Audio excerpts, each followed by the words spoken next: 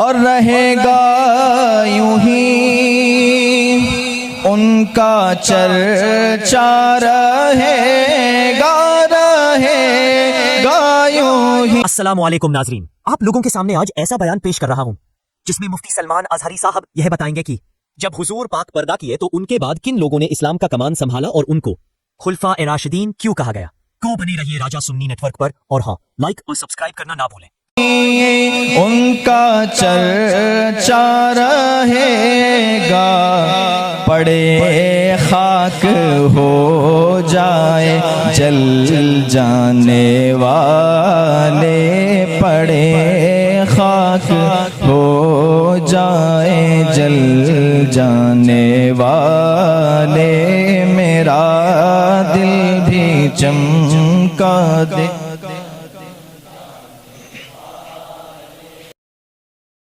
رحمت اللہ وبرکاتہ۔ الحمد للہ الحنان المنان الذي خلق الانسان وعلمه البيان، والصلاة والسلام على رسوله سيد الانس والجان وعلى آله واصحابه ذوي الخير والاحسان، اما بعد، فاعوذ بالله من الشيطان الرجيم، بسم اللہ الرحمن الرحیم۔ محمد رسول اللہ والذین معه اشداء علی الکفار رحماء بینهم تراهم رکعا سجدا یبتغون فضلا من اللہ ورضوانا، الى آخر هذه الآیة۔ صدق اللہ مولانا العظیم وبلغنا رسوله النبی الامین المتین المختار الکریم، ونحن على ذلك لمن الشاہدین والشاکرین والحمد للہ رب العالمین۔ بارگاہ رسالت معاب صلی اللہ تعالی علیہ وسلم میں درود پاک کا ہدیہ پیش کریں۔ اللہم صلی علی سیدنا و مولانا محمد معدن الجود والکرم وآلہ واصحابہ الکرام وابنہ الکریم وبارک وسلم صلاة دائمتا سرمدا ابدا۔ اسلام تیری نبض نہ ڈوبے گی حشر تک، تیری رگوں میں رواں خون ہے چار یار کا۔ عزیزان گرامی وقار، آج کی اس محفل پاک میں ہم خراج عقیدت پیش کرتے ہیں ان نفوس قدسیہ کی بارگاہ میں جو میرے آقا صلی اللہ تعالی علیہ وسلم کے وصال فرمانے کے بعد آپ کے اس مشن کو لے کر آگے بڑھے، وہ خلفاء راشدین ہیں۔ اور کل جیسے کہ میں نے آپ کے سامنے عرض کیا، صحابہ ستاروں کی مانند ہیں، ان ستاروں میں اگر سب سے بڑے چمک والے ستارے ہیں تو یہ چار خلفاء ہیں۔ خلفاء راشدین سیدنا ابو بکر صدیق رضی اللہ تعالیٰ عنہ، سیدنا عمر ابن خطاب رضی اللہ تعالیٰ عنہ، سیدنا عثمان ابن عفان رضی اللہ تعالیٰ عنہ، سیدنا علی ابن ابی طالب کرم اللہ وجہہ الکریم۔ ان چار بزرگ ہستیوں کو کیا کہا جاتا ہے؟ خلفاء راشدین۔ بلکہ ان کے نام تو ہر سنی مسلمان کو ایسے یاد ہونا چاہیے، شاید و باید ہماری کوئی مسجد ہوگی جس کی محرابوں میں یہ نام نہ ہو۔ تقریباً اللہ محمد صلی اللہ علیہ وسلم ان ناموں کے بعد اگر ہماری مسجدوں کے محراب میں اگر کسی اور کے ناموں کی جگہ ہوتی ہے تو وہ خلفاء راشدین کی ہے۔ اور اہل بیت اطہار حسنین کریمین سیدہ زہرا سلام اللہ علیہم اجمعین کی بابرکت اسامی کو ہم اپنی مساجد میں بھی لکھتے ہیں، تحریر کرتے ہیں۔ عزیزان گرامی، اللہ کے حبیب صلی اللہ تعالی علیہ وسلم کی وفات اسلام کے لیے بہت بڑا صدمہ ہے، بہت بڑا صدمہ ہے۔ رسول کریم صلی اللہ تعالی علیہ وسلم سے ٹوٹ کر محبت کرنے والے جانثار صحابہ جو ایک لمحے کے لیے بھی اوجھل ہونا پسند نہیں کرتے تھے، ان صحابہ پر کیا بیتی ہوگی جب میرے آقا صلی اللہ تعالی علیہ وسلم اس دنیا سے پردہ فرما رہے ہوں گے۔ عزیزان گرامی، اس منظر کو اگر ہم بیان کے الفاظ میں لائیں تو واقعی آج بھی ہماری آنکھیں نم ہو جاتی ہیں۔ وہ صحابہ جو حضور اکرم صلی اللہ تعالی علیہ وسلم کو تلاش کرنے کے لیے صرف آپ کی خوشبو کو سونگھ کر کے گلیاں ڈھونڈتے تھے، اگر تھوڑی دیر میرے آقا صلی اللہ تعالی علیہ وسلم نظر نہ آتے تو صحابہ بے چین ہو جاتے تھے۔ ان کا تو مذہب یہی تھا النظرۃ الی وجہ رسول اللہ، رسول اللہ صلی اللہ تعالیٰ علیہ وسلم کے چہرے کی طرف دیکھنا وہ اپنی زندگی کا عین مقصد سمجھتے تھے۔ حتیٰ کہ کام کرنے والے جو صحابہ مزدور تھے ان کی بھی یہ حالت تھی کہ کام بھی ضروری ہے، گھر بھی چلنا ہے، معاش بھی ضروری ہے، لیکن بارگاہ رسالت آپ صلی اللہ علیہ وسلم میں بیٹھنا بھی ضروری سمجھتے تھے۔ تو وہ باری متعین کر لیتے تھے دو صحابہ کہ آج میرے حصے کا جتنا بھی کام ہے وہ تو کر لینا، میں حضور کی بارگاہ میں پورا دن بیٹھوں گا، کل تم بیٹھنا اور تیرے حصے کا پورا کام میں کر لوں گا۔ وہ باری متعین کرتے میرے آقا صلی اللہ علیہ وسلم کے دربار میں حاضری کے لیے بھی۔ تو ان صحابہ اکرام کے لیے ایک ایسی آزمائش کا لمحہ تھا جب ربیع الاول شریف کا مہینہ آیا، یہ حجۃ الوداع جو ہوا، آخری حج میرے آقا صلی اللہ تعالیٰ علیہ وسلم کا 11ویں ہجری تھی۔ حضور صلی اللہ تعالیٰ علیہ وسلم کو ہجرت فرما کر مکمل 10 سال ہو چکے تھے، 11ویں ہجری چل رہی تھی۔ اللہ کے حبیب صلی اللہ علیہ وسلم حج فرما کر جیسے ہی مدینہ طیبہ تشریف لائے، بیماریاں یعنی علالت آپ کے ساتھ ہو گئی، اور محرم الحرام کے بعد سفر المظفر مکمل میرے آقا صلی اللہ تعالیٰ علیہ وسلم علیل رہے، اور سفر کے آخری ہفتے میں کچھ افاقہ بھی ہوا، صحت بھی آئی۔ پھر ربیع الاول کا مہینہ آیا تو میرے آقا صلی اللہ تعالیٰ علیہ وسلم نے 1-2 خطبے ایسے دیے جو اپنے آخری دنوں کی اس میں وضاحت بھی فرمائی۔ منبر پر کھڑے ہو کر کے ایک مرتبہ آپ صلی اللہ تعالیٰ علیہ وسلم نے یوں فرمایا، اللہ نے اپنے ایک بندے کو اختیار دیا ہے کہ وہ چاہے تو دنیا لے لے یا تو اپنے رب کے پاس جو ہے وہ لے لے۔ اللہ کے اس بندے نے دوسرے آپشن کو قبول کر لیا ہے، یعنی اللہ کے پاس جو ہے اس کو پسند کر لیا ہے۔ اتنا ہی خطبے میں آپ نے فرمایا۔ کچھ باتیں ایسی تھی وقتی طور پر فوراً اس کی سمجھ نہ آئی، لیکن سیدنا ابو بکر صدیق رضی اللہ تعالیٰ عنہ جو رسول کریم صلی اللہ تعالیٰ علیہ وسلم کی باتوں کی گہرائی تک پہنچتے، وہ رونے لگ گئے۔ صحابہ نے پوچھا، اللہ کے نبی صلی اللہ علیہ وسلم نے خطبہ دیا ہے، اس پہ رونے کی کیا بات ہے؟ کہا صدیق اکبر رضی اللہ تعالیٰ عنہ نے، اللہ کے رسول صلی اللہ تعالیٰ علیہ وسلم نے جس بندے کا ذکر کیا ہے کہ اللہ نے اسے اختیار دیا ہے، آپشن دیا ہے، چاہے تو دنیا لے لے چاہے تو اللہ کے پاس جو ہے وہ لے لے، جس بندے کے بارے میں حضور ذکر کر رہے تھے وہ بندہ کوئی اور نہیں، وہ خود حضور ہیں۔ صدیق اکبر نے کہا صحابہ سے کہ اللہ نے اپنے حبیب صلی اللہ علیہ وسلم کو اختیار دیا ہے، چاہے تو آپ سالوں سال کی زندگی لے لیں یا تو پھر اللہ رب العزت کی بارگاہ میں پہنچیں۔ رسول کریم صلی اللہ علیہ وسلم نے دنیا کو ترک کرنے کا فیصلہ کر لیا ہے اور اپنے رب ذوالجلال کی بارگاہ میں جانے کا ارادہ کر لیا ہے۔ یہ ربیع الاول کے دنوں میں، شروع کے دنوں میں حضور اکرم صلی اللہ تعالیٰ علیہ وسلم کے جسم پاک پر جو آثار نظر آ رہے تھے، صحابہ کے لیے وہ بڑی بے چینی تھی۔ کئی نمازیں ایسی تھیں جس میں میرے آقا صلی اللہ تعالیٰ علیہ وسلم مسجد نبوی شریف میں باہر تشریف نہیں لا پائے۔ 17 نمازوں کی امامت صدیق اکبر اللہ تعالیٰ عنہ نے کی۔ ابھی میرے آقا صلی اللہ تعالیٰ علیہ وسلم باحیات تھے، ظاہری زندگی میں موجود تھے۔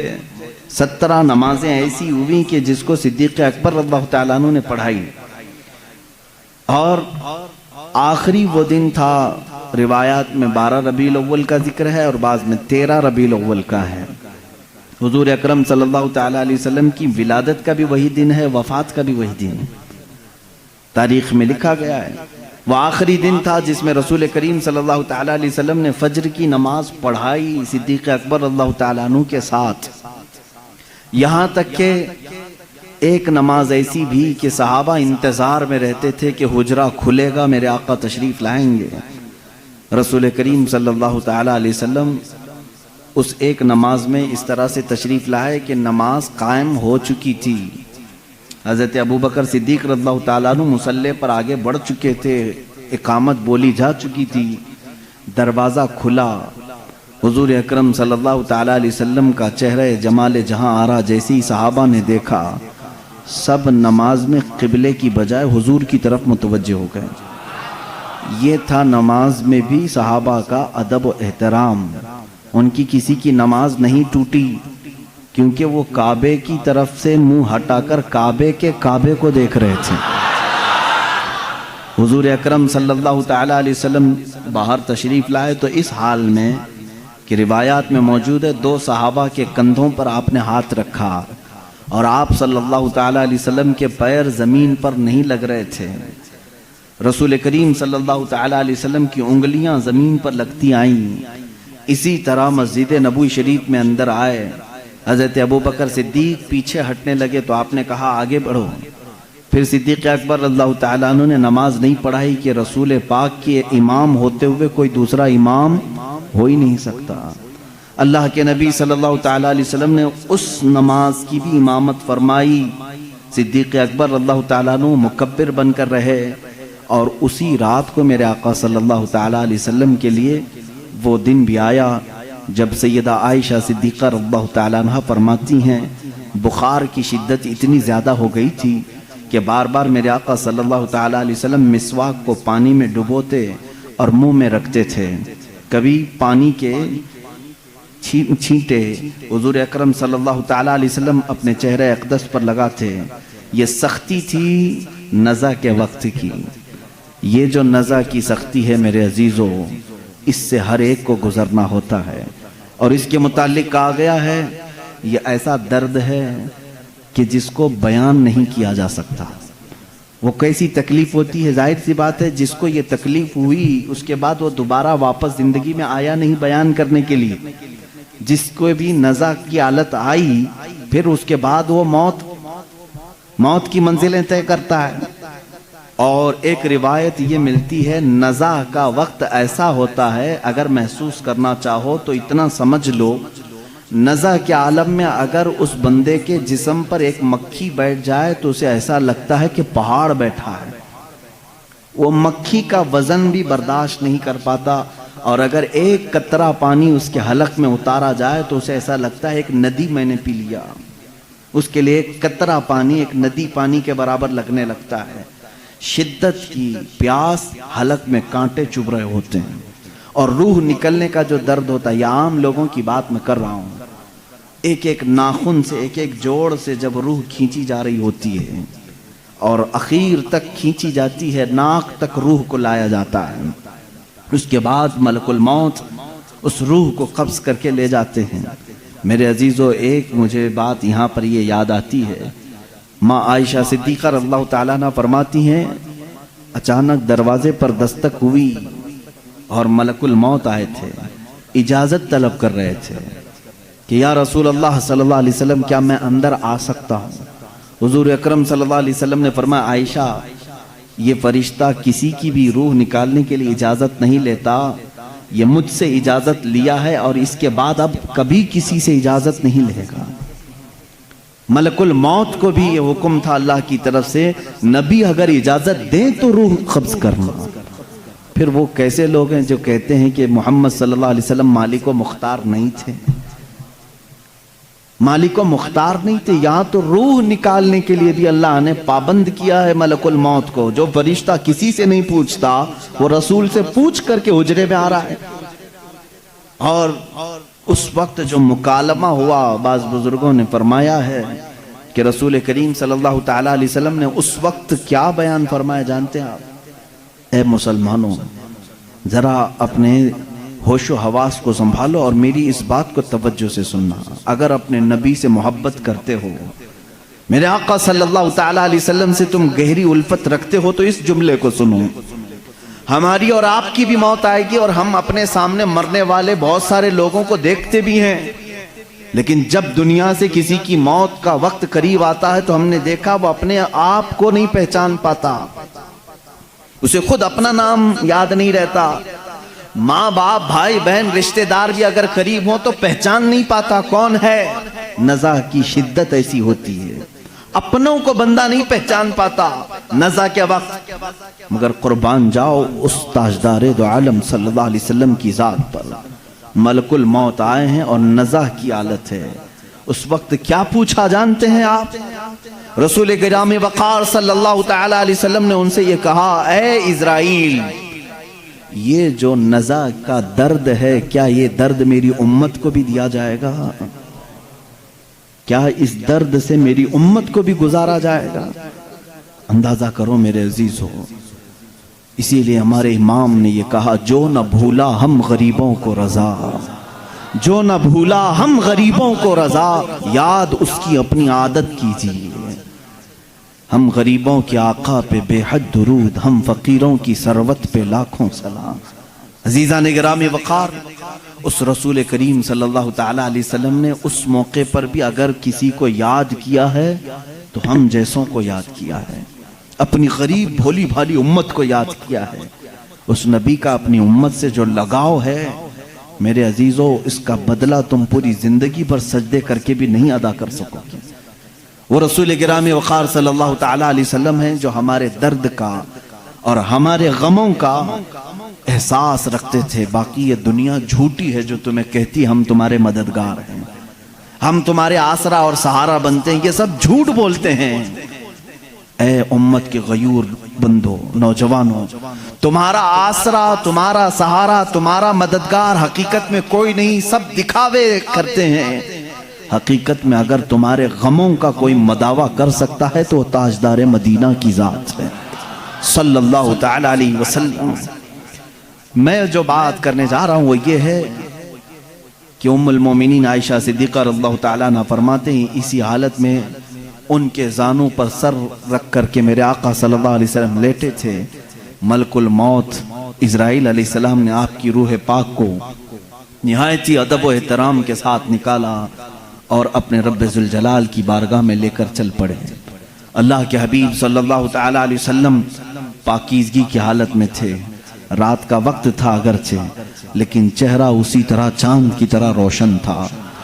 سب سے پہلے حجرے میں داخل ہونے والے سیدنا ابو بکر صدیق رضی اللہ تعالیٰ عنہ، حضرت ابو بکر صدیق رضی اللہ تعالیٰ عنہ تشریف لائے، حضور صلی اللہ تعالیٰ علیہ وسلم کو دیکھا، پیشانی مبارکہ نہایت ہی ٹھنڈی تھی۔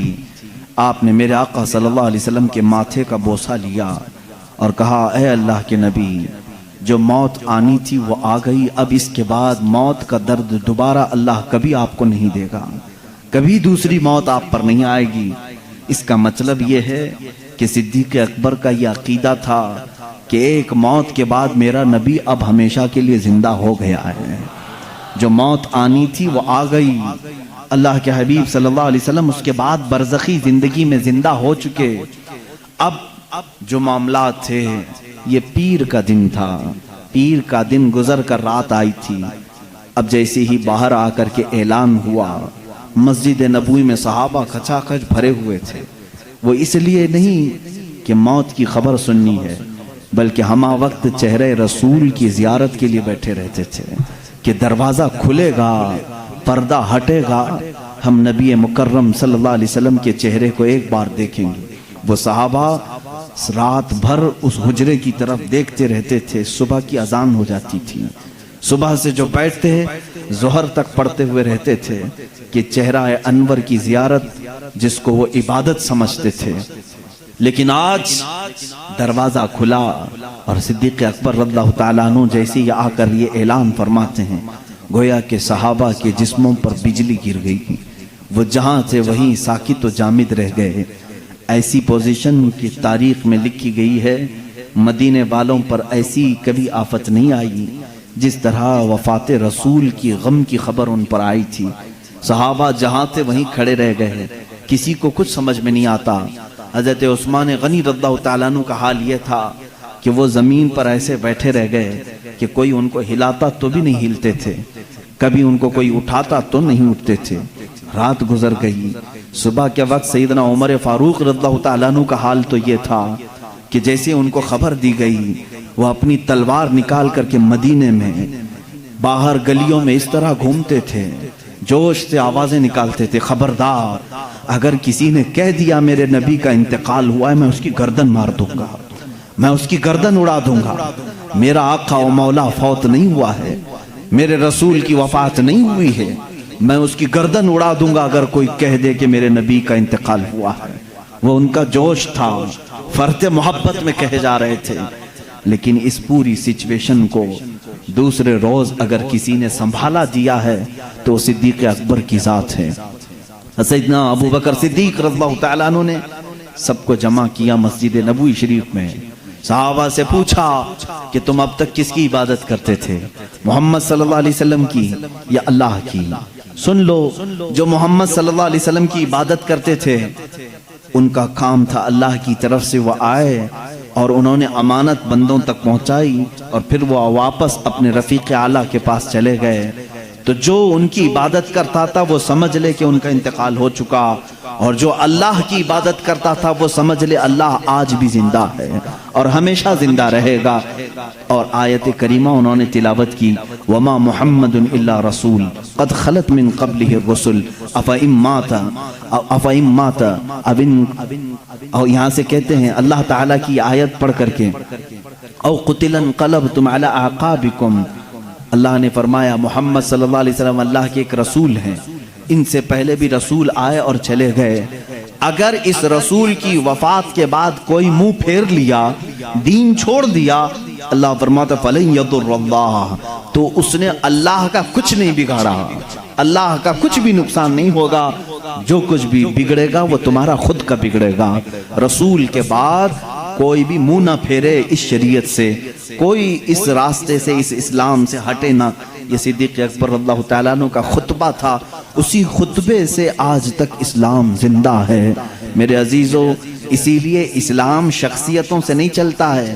آج میں تمہارے سامنے بیٹھا ہوں, اس مسجد کا مصلی میری ذات سے وابستہ نہیں ہے. مجھ جیسے 1000 امام آئیں گے, 1000 مقرر آئیں گے, 1000 علماء آئیں گے, لیکن دین پھلتا ہے, پھولتا ہے. رب تعالیٰ اس شجر کو صبح قیامت تک قائم و دائم رکھے گا. اس چراغ کو ہزاروں پھونکنے والے بھی آئیں گے, مگر اللہ اس چراغ کے نور کو صبح قیامت تک زندہ رکھے گا. اس لیے کہ اس اسلام کی پوری ذات کو اللہ رب العزت نے کسی ایک شخص سے نہیں رکھا, بلکہ اس کی حفاظت خود اللہ نے اپنے ذمہ کرم پر رکھی ہے. عزیزان گرامی, یہاں سے اب میرے آقا صلی اللہ تعالیٰ علیہ وسلم کی تدفین کا معاملہ آیا. بدھ کے دن اللہ کے حبیب صلی اللہ علیہ وسلم کی تدفین عمل میں آئی. اس میں بھی بڑے معاملات ہوئے. صحابہ اکرام رضوان اللہ تعالیٰ علیہ مجمعین کے آپسی جو معاملات ہیں میں یہاں سے اب ذکر کرنا شروع کروں گا. آج ہوش و حواس سنبھال کر کے آپ غور سے ان باتوں کو سنیں کہ ہمارا سچا اور ستھرا عقیدہ کیا ہونا چاہیے. صحابہ کے متعلق, اہل بیت کے متعلق اور اسلام کے متعلق صحیح عقیدہ کیا ہے. صحابہ انسان تھے. رسول کریم صلی اللہ تعالیٰ علیہ وسلم کے جانثار صحابہ وہ جتنے بھی اعلیٰ تھے, پرہیزگار تھے, بڑے مقامات پر تھے, لیکن تھے کیا؟ انسان. انسانی تقاضا ہے کہ کچھ معاملات میں اختلافات ہوتے رہتے. حضور صلی اللہ تعالیٰ علیہ وسلم کی سب سے پہلی بات آئی غسل کے لیے. حضور اکرم صلی اللہ تعالیٰ علیہ وسلم کا غسل دیا جائے کہ نہیں دیا جائے. صحابہ ابھی اس بات میں ڈسکس کر رہے تھے. بعض نے کہا ہم نے آج تک میرے آقا صلی اللہ تعالیٰ علیہ وسلم کے لباس کو اترتے ہوئے نہیں دیکھا, ہم میں سے کون ہے جو آپ کا لباس اتارے گا. صحابہ اکرام رضوان اللہ تعالیٰ علیہ مجمعین نے, بعض نے کہا نہیں, ہر ایک کو غسل دینے کا حکم خود میرے آقا صلی اللہ علیہ وسلم نے فرمایا, ہم کیوں نہ دیں.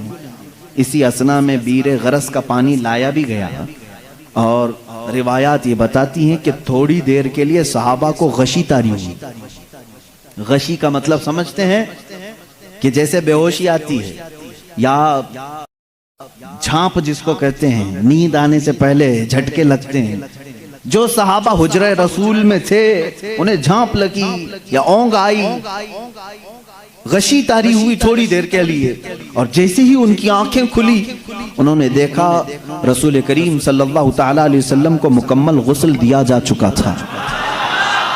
یہ تاریخ میں کہیں نہیں ہے کہ کس نے غسل دیا ہے. اللہ کے حبیب صلی اللہ تعالیٰ علیہ وسلم غسل دے کر کے آرام فرما تھے. یہ منظر ہونے کے بعد صحابہ نے کہا آپس کا اختلاف ہی ختم ہو گیا, دفن کہاں کریں. دفن کے لیے صحابہ میں پھر باتیں آئی. بعض نے کہا ان کو اپنے آبائی وطن لے کر کے جاتے ہیں مکہ مکرمہ, اور وہ خانہ کعبہ ہے, وہاں پر میرے آقا صلی اللہ تعالیٰ علیہ وسلم کو دفن کیا جائے گا. تو بعض صحابہ نے کہا نہیں, حضور صلی اللہ علیہ وسلم کو بیت المقدس لے جاتے ہیں. بیت المقدس مسجد اقصی, اس لیے کہ کثرت سے نبیوں کی قبریں وہیں پر ہیں. ایک روایت کے مطابق تقریباً 30,000 انبیاء اکرام بیت المقدس کے ارد گرد دفن ہیں. کہا انبیاء اکرام آپس میں بھائی ہیں, حضور صلی اللہ تعالیٰ علیہ وسلم کو ان کے بھائیوں کے ہاں دفن کرنے کے لیے ہم لے چلیں گے. 2 جماعتیں ہو گئی. تیسری جماعت صحابہ کی ایک یہ ہے جنہوں نے حدیث رسول ذکر کیا. وہ ان کے رائے تھی, ان کے مشورے تھے, لیکن ایک صحابی نے حضور صلی اللہ علیہ وسلم کی حدیث بیان کی. کہا میں نے میرے آقا صلی اللہ علیہ وسلم سے سنا ہے ہر نبی وہاں دفن ہوتا ہے جہاں اس کی روح قبض کی جاتی. معاملہ ہی ختم ہو گیا, اختلافی ختم ہو گیا. حضور صلی اللہ علیہ وسلم نے فرمایا ہر نبی کو اسی زمین پر دفن کیا جاتا ہے جس زمین میں ان کی روح قبض ہوئی. آخری وقت وہ کہاں لیٹے تھے؟ تو سب کا اتفاق ہو گیا وہ حجرہ عائشہ صدیقہ میں لیٹے ہوئے تھے. یہ آخری دن تھا میرے آقا صلی اللہ علیہ وسلم کا جس حجرے میں آپ آرام فرماتے وہ سیدہ عائشہ صدیقہ کا حجرہ تھا. حضور صلی اللہ علیہ وسلم نے اپنی ساری بیویوں کے لیے ایک ایک حجرہ بنایا تھا, ایک ایک کمرہ. آخر زمانے میں حضور صلی اللہ علیہ وسلم حضرت عائشہ کے حجرے میں لیٹا کرتے تھے. حضرت عائشہ صدیقہ رضی اللہ تعالیٰ عنہ سے آپ کو کافی انسیت تھی, محبت تھی, اور ساری ازواج مطہرات نے اپنی باری ان کے لیے قربان بھی کر دی تھی. حضرت عائشہ صدیقہ رضی اللہ تعالیٰ عنہ کے ہاں حضور صلی اللہ علیہ وسلم خوشی محسوس کرتے تھے. تو آخری وقت آپ کہاں لیٹے تھے؟ حجرہ عائشہ میں. تو یہاں آپ کی روح قبض ہوئی تو صحابہ نے یہ طے کیا کہ اسی حجرے میں آپ کا مدفن بھی ہوگا, تدفین یہی ہوگی. حضور صلی اللہ تعالیٰ علیہ وسلم کی قبر انور وہی بنائی گئی. اب یہاں پر تدفین کے بعد آپ کو معلوم ہے یہ حجرہ یوں ہی نہیں کہ اتفاق سے ایسی ہی جگہ کھود دی گئی اور دفن کیا گیا, بلکہ یہ تو ازل سے لکھا ہوا ہے, ازل سے لکھا ہوا ہے. علماء اور محدثین نے فرمایا جو ٹکڑا میرے آقا صلی اللہ علیہ وسلم کے جسم ناز سے لگا ہوا ہے زمین کا, جہاں میرے آقا صلی اللہ علیہ وسلم کی قبر اطہر بنی ہے, اس کے متعلق فرمایا گیا وہ زمین کا اتنا حصہ عرش اعظم سے بھی افضل ہے, عرش اعظم سے بھی افضل ہے. اعلیٰ حضرت رضی اللہ تعالیٰ عنہ نے اپنے ایک شعر میں یوں فرمایا ہے کہ خم ہو گئی پشت فلک اس تانے زمین سے. یعنی آسمان اپنی بلندی کے بار بار دعوے کرتے رہتا ہے, آسمان میں بلند ہوں, مجھ میں چاند ہے, مجھ میں ستارے ہیں, مجھ میں سورج ہے. تو وہ زمین کو تانے دیتے رہتا تھا, آسمان بار بار تانے دیتا تھا, تو نیچے ہے میں اوپر ہوں, تو نیچے ہے میں اوپر ہوں. اعلیٰ حضرت رضی اللہ تعالیٰ عنہ نے اس کو ایک شعر میں لکھ دیا ہے خم ہو گئی پشت فلک اس تانے زمین سے. آسمان کی پشت مطلب پیٹ ٹیڑھی ہو گئی, ایک ہی بار زمین نے تانا دے دیا. خم ہو گئی پشت فلک اس تانے زمین سے, سن ہمارا مرد ہم پر وہ سرور اعلیٰ ہے, یہ رتبہ ہے ہمارا. یعنی تیرے پاس چاند سورج سارے ستارے ہوں گے, لیکن میرے پاس جو دولت ہے وہ کسی کے پاس نہیں, وہ رسول کریم صلی اللہ علیہ وسلم کی ذات اقدس ہے. میرے عزیزوں میں یہاں تک کہ معاملہ کیوں عرض کر رہا ہوں, مجھے لمبی تاریخ عرض کرنی ہے. حضور صلی اللہ علیہ وسلم کی وفات کے بعد اب جو معاملات آئے وہ یہی کہ آپ صلی اللہ تعالیٰ علیہ وسلم کی اس تخت کو, اس مصلح کو اب کون سنبھالے گا. مصلح سے مراد صرف مسجد میں نماز پڑھانا نہیں ہے, بلکہ پوری امت کی امامت کرنی ہے, ان کی دیکھ بھال بھی کرنی ہے, ان کے بچوں کو بھی, ان کی عورتوں کو بھی, رعایا کو بھی, وزیر و سپاہیوں کو بھی, جنگوں کے معاملات بھی, تجارت کے معاملات بھی, غرض یہ کہ ہر معاملے میں امامت کرنی ہے. تو ظاہر سی بات ہے کون ہے جو اس رسول کریم صلی اللہ تعالیٰ علیہ وسلم کے سجادے کو سنبھالے گا. اب اسی اسنا میں میٹنگیں ہوئیں صحابہ اکرام رضوان اللہ تعالیٰ علیہ مجمعین کی. میں بہت ڈیپ میں آپ کو نہیں لے جانا چاہتا, اس لیے کہ مسلمان کو اتنے ڈیپ میں جانے کی ضرورت ہی نہیں, کیونکہ شیطان ورغلاتا ہے. کیا کیا ہوا تھا یہ باتیں شیعہ بہت بیان کرتے ہیں. بنی ساعدہ مدینے میں ایک کٹا تھا جہاں پر ایک میٹنگ جمع ہوئی, جس میں سب سے پہلے میٹنگ جمانے والے حضرت عمر فاروق تھے رضی اللہ تعالیٰ عنہ. سیدنا عمر فاروق رضی اللہ تعالیٰ عنہ نے صحابہ کو جمع کر لیا. اب انصار اور مہاجرین دو صحابہ کی جماعتیں ہیں نا, جو مدینے والے تھے وہ انصار ہیں, جو ہجرت کر کے آئے تھے وہ مہاجرین ہیں.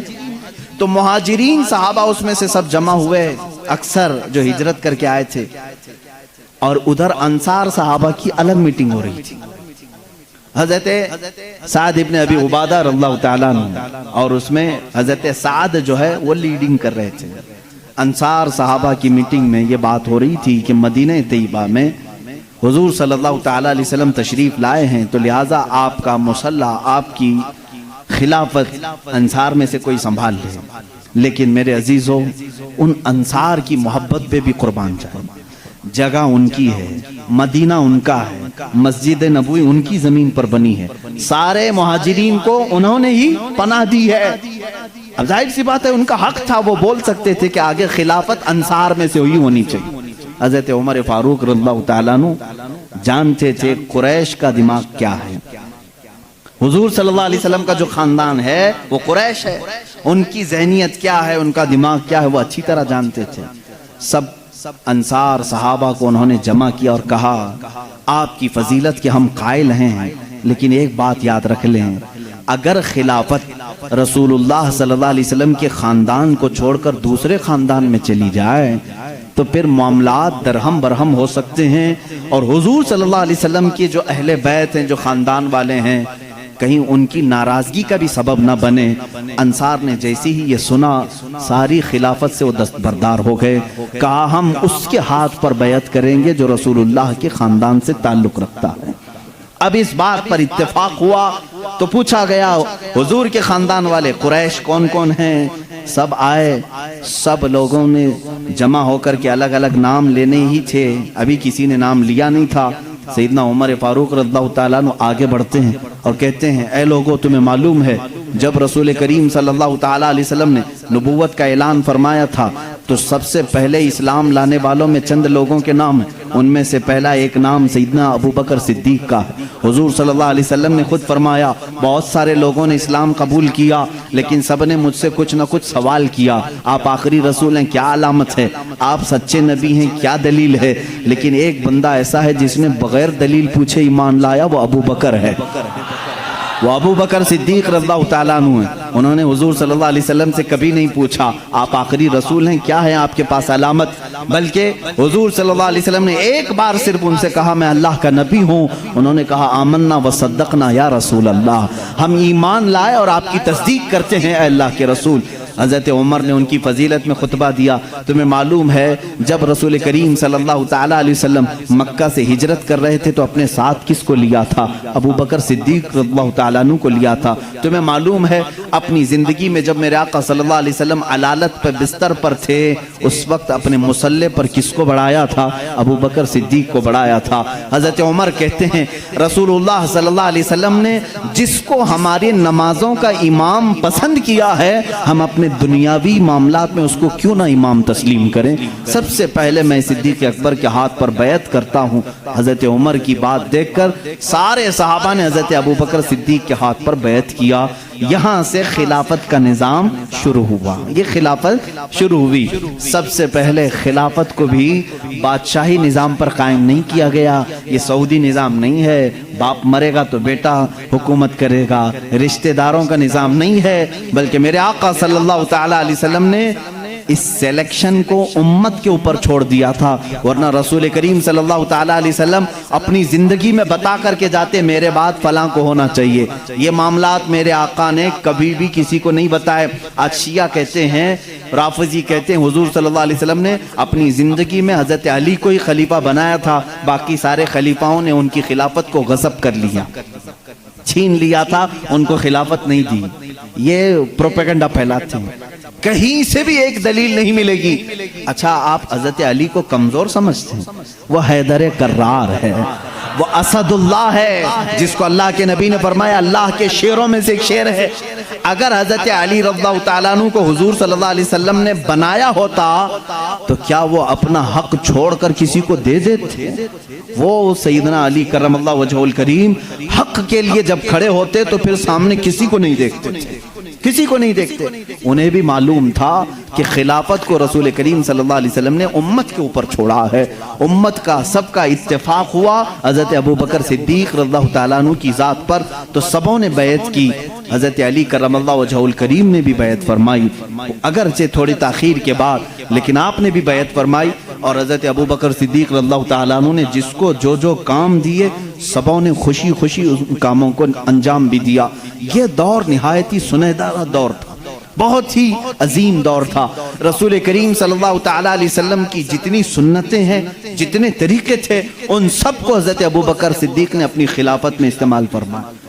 حضرت ابوبکر صدیق رضی اللہ تعالیٰ عنہ کا حال تو یہ تھا، خلافت کو سنبھالنے کے بعد جانتے ہیں کپڑوں کی ایک تھیلی اٹھا کر کے بازار میں جانے لگے۔ حضرت عمر نے پوچھا کہاں جا رہے ہیں؟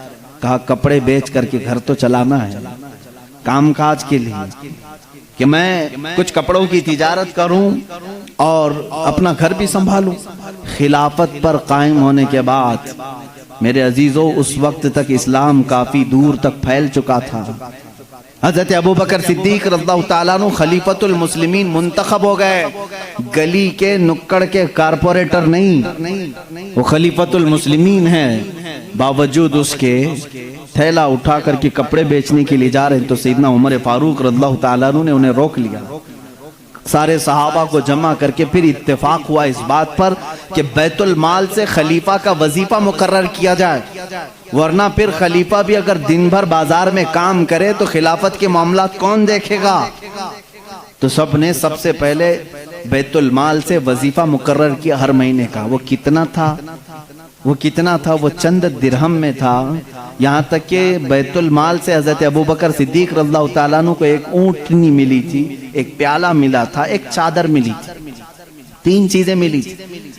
اور وظیفہ جو مقرر ہوا تھا وہ اتنا تھا کہ آپ کے گھر میں چند روٹیاں بن جاتی تھی، بس اس کے علاوہ زیادہ آپ نے نہیں طلب کیا۔ ایک دن آپ کی اہلیہ محترمہ نے آپ سے کہا بھی تھا کہ خلافت کے معاملات میں سر سوکھ جاتا ہے، کبھی کچھ ٹھنڈی میٹھی غذا بھی کھا لیں۔ آپ نے کیا کہا؟ اپنی اہلیہ سے کہا میرے پاس اتنے پیسے کہاں ہیں کہ میں شہد خرید سکوں، گھی خرید سکوں۔ گھی اور شہد خریدنے کے پیسے نہیں خلیفۃ المسلمین کے پاس۔ ان کی اہلیہ نے کہا میرے پاس جمع کیے ہوئے تھوڑے پیسے ہیں، وہ لے جائیے، آپ شہد اور گھی خرید کر کے لائیے۔ کہا تمہارے پاس کہاں سے آئے؟ کہا جو آپ مہینے میں دیتے ہیں گھر کے خرچ کے لیے، اس میں سے تھوڑا تھوڑا بچا کر کے میں نے رکھا ہے، عورتیں تھوڑا تھوڑا بچاتی رہتی ہیں۔ حضرت ابوبکر صدیق رضی اللہ تعالیٰ عنہ نے فرمایا لاؤ اس کو۔ وہ لا کر کے دی، ایک پوری کافی اس میں درہم جمع ہوئے تھے، ہر مہینے شاید تھوڑا تھوڑا تھوڑا وہ جماتی ہوں۔ حضرت ابوبکر صدیق رضی اللہ تعالیٰ عنہ وہ سارے درہم لے جا کر کے بیت المال میں جمع کرتے، اور بیت المال میں صحابہ سے کہا آج سے میرا وظیفہ اتنا کم کر دو، اس لیے کہ یہ میری ضرورت سے زیادہ آ رہا ہے، گھر میں میرے بچ رہا ہے، اس کا مطلب ضرورت سے زیادہ آ رہا ہے، یہ کم کر دیا جائے۔ ماں عائشہ صدیقہ رضی اللہ تعالیٰ عنہ فرماتی ہیں جب حضرت ابوبکر صدیق کی وفات کا وقت قریب آیا تو حضرت عائشہ کو انہوں نے قریب بلایا، کہا اے عائشہ مجھے لگتا ہے کہ میں گھڑی 2 گھڑی کا مہمان ہوں، میرے پاس ایک اونٹنی ہے، ایک چادر ہے جسے میں اوڑھ کے سوتا ہوں، اور وہ برتن جس میں ہم کھانا کھاتے ہیں، یہ تینوں بیت المال کے ہیں، یہ ہمارے گھر کے لیے اس وقت تک جائز ہیں جب تک میں خلیفہ ہوں، جہاں میری روح قبض ہو فوراً یہ تینوں چیزیں بیت المال میں جمع کر دوں۔ حضرت عائشہ رضی اللہ تعالیٰ عنہ فرماتی ہیں جس دن حضرت ابوبکر صدیق کا وصال ہوا اس کی شام ہونے سے پہلے یہ تینوں سامان بیت المال میں جمع ہو چکے تھے۔ حضرت عمر فاروق رضی اللہ تعالیٰ عنہ نے اس دن ایک جملہ کہا تھا اے ابوبکر آپ نے اپنے بعد آنے والوں کو تو تھکا دیا ہے، آپ کے برابر کون ہو پائے گا؟ اتنے سخت طریقے سے آپ خلافت کو لے کر کے چلے کہ اس پر چلنا اب ہر کس و ناقص کا کام نہیں۔ وہ صدیق اکبر رضی اللہ تعالیٰ عنہ کا دور تھا جس میں آپ کے لیے کتنے چیلنجز تھے معلوم ہے؟ حضرت ابوبکر صدیق رضی اللہ تعالیٰ عنہ کے لیے جو سب سے بڑے چیلنج تھے، حضور صلی اللہ تعالیٰ علیہ وسلم اپنی وفات سے چند دن پہلے ایک لشکر کو ملک شام بھیج رہے تھے، ایک لشکر جس کا سپہ سالار حضرت اسامہ بن زید کو بنایا گیا تھا، جن کی عمر صرف 18 سال کی تھی۔ اس لشکر میں تقریباً 10,000 صحابہ تھے جو جا رہے تھے روم کے لیے یا ملک شام کے لیے، وہ نکل رہے تھے۔ وہ مدینے سے تھوڑا باہر نکلے تھے کہ حضور کی وفات کی خبر آ گئی، وہ لشکر واپس آیا مدینے۔ اب حضور صلی اللہ تعالیٰ علیہ وسلم کی تدفین بھی ہو گئی، حضرت ابوبکر خلیفہ بن گئے۔ دوسرا چیلنج آپ کے پاس یہ آیا کہ کچھ لوگ زکوٰۃ دینے سے انکار کر گئے، کہا اب ہم حضور صلی اللہ علیہ وسلم کی وفات کے بعد زکوٰۃ نہیں دیں گے۔ مانعین زکوٰۃ کہتے ہیں وہ لوگ اسلام کے ایک بنیاد کو چھوڑ رہے تھے، کہا حضور جب تک تھے ہم اپنے مالوں کی زکات نکالتے تھے، اب نبی نہیں ہیں تو اب زکات نہیں دیں گے، یعنی وہ اسلام سے برگشتہ ہو گئے، چھوڑ دیے، کچھ کافر ہو گئے، ان کا ایک فتنہ بھی اٹھ گیا تھا، مدینے کے آس پاس کے کچھ لوگ، ایک چیلنج یہ تھا۔ تیسرا ایک چیلنج تھا مسیلمہ کذاب، جو حضور صلی اللہ علیہ وسلم کی وفات کے بعد ہی فوراً اپنے نبی ہونے کا دعویٰ کر دیا۔ اس نے کہا میں نبی ہوں محمد صلی اللہ علیہ وسلم، اور اس نے ایک اچھی خاصی فوج بھی جمع کر لی، پیسہ تھا اس کے پاس، مال تھا۔ اب دیکھیں تین معاملات ایسے وقت میں، ایک طرف زکوٰۃ کے انکار کرنے والوں کا فتنہ بھی ہے، ان سے بھی مقابلہ کرنا ہے حضرت ابوبکر صدیق کو، اگر یہ چھوڑ دیا جائے تو یہ سوراخ بعد میں جو ہے نہر بن جائے گی۔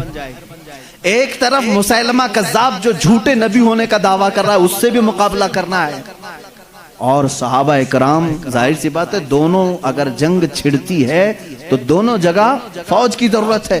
اس اثنا میں حضرت ابوبکر صدیق رضی اللہ تعالیٰ عنہ اسامہ بن زید کو کہتے ہیں جس لشکر میں حضور صلی اللہ علیہ وسلم نے تمہیں روم یا شام بھیجا تھا اس لشکر کو لے کر جاؤ، اس لشکر کو لے کر جاؤ، اس میں 10,000 صحابہ جا رہے ہیں۔ اس وقت حضرت عمر فاروق نے کہا اے امیر المومنین خلیفۃ المسلمین، ایک طرف زکوٰۃ کے منکرین سر اٹھائے ہوئے ہیں، ایک طرف مسیلمہ کذاب دجال نبوت کا دعویٰ کر بیٹھا ہے، ایسے وقت میں آپ اسامہ بن زید کو 10,000 کا لشکر دے کر اس جگہ بھیج رہے ہیں، اس جنگ کو کینسل کر دیں، ابھی اس کو رکوا دیں، یہاں صحابہ کی ضرورت پڑے گی۔ حضرت ابوبکر کی بات دیکھیں، کہتے ہیں اے عمر تمہاری بات صحیح ہے، لیکن میں اس لشکر کو نہیں لوٹا سکتا جس کو رسول اللہ نے روانہ کیا تھا۔ حضور اکرم صلی اللہ علیہ وسلم اپنی زندگی کے آخری لمحات میں جو لشکر بھیجے تھے وہ اسامہ بن زید کا لشکر تھا۔ یہ اور بات ہے کہ حضور کی وفات کی خبر سن کر کے وہ مدینے آئے ہیں، لیکن اس لشکر کو روکا نہیں جائے گا، اگرچہ زکوٰۃ کے منکرین اور مسیلمہ کذاب سے لڑنے میں ہمارے جسموں کے چتڑے بھی اڑ جائیں، میں اس لشکر کو نہیں روکوں گا۔ اسامہ بن زید رضی اللہ تعالیٰ عنہ کو بٹھایا اور بھیج دیا۔ وہ صحابہ جو اس لشکر میں تھے سب کو بھیجا کہ یہ میرے نبی کی آخری خواہش تھی، آخری زمانے میں میرے آقا نے روانہ کیا تھا۔ حضرت اسامہ بن زید کو جانتے ہیں کس طرح روانہ کر رہے ہیں؟ جس عمر میں صدیق اکبر تھے وہ 60 سال کی تھی، 18 سال کے جوان اسامہ بن زید سپہ سالار مقرر ہوئے، ان کو گھوڑے پر بٹھایا اور ان کے گھوڑے کی ناتی رسی پکڑ کر چلنے لگے۔ خلیفۃ المسلمین ہے، سپہ سالار کو گھوڑے پر بٹھا کر رسی پکڑ کر چلنے لگے، وہ اتر کر کے آگے نیچے اچھل کر کے نیچے آئے، کہا غضب ہو گیا، آپ نیچے چل رہے ہیں اور میں گھوڑے کی پیٹھ پر بیٹھوں۔ صدیق اکبر رضی اللہ تعالیٰ عنہ نے فرمایا اسامہ جلدی سے بیٹھ جاؤ، یہ نہ دیکھو کہ میں نیچے چل رہا ہوں، بس یہ دیکھو کہ اس پیٹھ پر تمہیں بٹھایا رسول اللہ نے، اس گھوڑے کی پشت پر تمہیں اللہ کے نبی نے بٹھایا ہے، اس کے بعد کوئی اور ہو ہی نہیں سکتا تمہیں اس پشت سے نیچے اتار سکے۔ یہ صدیق اکبر کا جذبہ تھا۔ کہا اے امیر المومنین آپ چھوڑ دیں، آپ رخصت کر دیں، مدینے سے باہر تک آنے کی آپ کو ضرورت نہیں، یہ لشکر روانہ ہو جائے گا، آپ یہاں سے خدا حافظ کہہ دیں۔ لیکن حضرت ابوبکر صدیق رضی اللہ تعالیٰ عنہ رسی پکڑ کر چلنے لگے۔ کہا اسامہ بن زید خلافت کی ذمہ داری میرے اوپر آ گئی، میں معاملات سنبھالنے میں لگ گیا، خواہش تو میری بھی تھی کہ میں تمہارے ساتھ لشکر میں جاتا، حضور اکرم صلی اللہ علیہ وسلم نے جس لشکر کو روانہ کیا اس میں بھی شامل ہوتا، لیکن میں جا نہیں سکتا خلافت کے معاملات کو لے کر، صرف رسی پکڑ کر کے اس لیے چل رہا ہوں کہ کل بروز قیامت جب اس لشکر کے نام پکارے جائیں تو سپہ سالار کی گھوڑے کی رسی پکڑنے والے میں میرا بھی نام آ جائے۔ اتنی نسبت کے لیے وہ گھوڑے کی رسی پکڑ کر کے جا رہے تھے۔ اے میرے عزیزو، رسول کریم صلی اللہ تعالیٰ علیہ وسلم،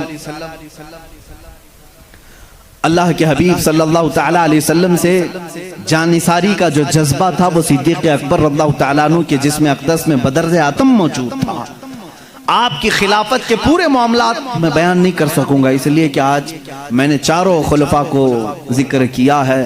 ظاہر سی بات ہے آپ جانتے ہیں وقت بہت تیزی سے گزرتا ہے، اور ہم اس سے پہلے ایک ایک خلیفہ کی زندگی پر ایک ایک دن پورا بیان کرتے تھے۔ حضرت ابوبکر صدیق رضی اللہ تعالیٰ عنہ کے روشن فتوحات میں سے یہ ہے اسامہ بن زید کو بھیجا، یہ بھی فتح پا کر کے واپس لوٹے اور بہت سارا مال غنیمت لے کر کے آئے، اور ایک فوج مسیلمہ کذاب سے لڑنے کے لیے بھیجی، مسیلمہ کذاب کو بھی قتل کر کے وہ صحابہ آئے جھوٹے نبی کو، ایک فوج مانعین زکوٰۃ کے پیچھے بھیجی، ان کا بھی خاتمہ کر کے وہ مدینے آئے۔ صرف 1 سال کے اندر صدیق اکبر رضی اللہ تعالیٰ عنہ نے ساری شورشوں کو، سارے فتنوں کو سب ختم کر دیا تھا۔ اس وقت صدیق اکبر کے جذبے کو دیکھنے کا مقام تھا، اس لیے کہ ایمان اتنا مضبوط تھا حضرت ابوبکر کا، وہ اللہ کی ذات پر ایسا توکل کرتے تھے، خود بیان کرتے ہیں میں پہلے کبھی کبھار ڈرتا تھا۔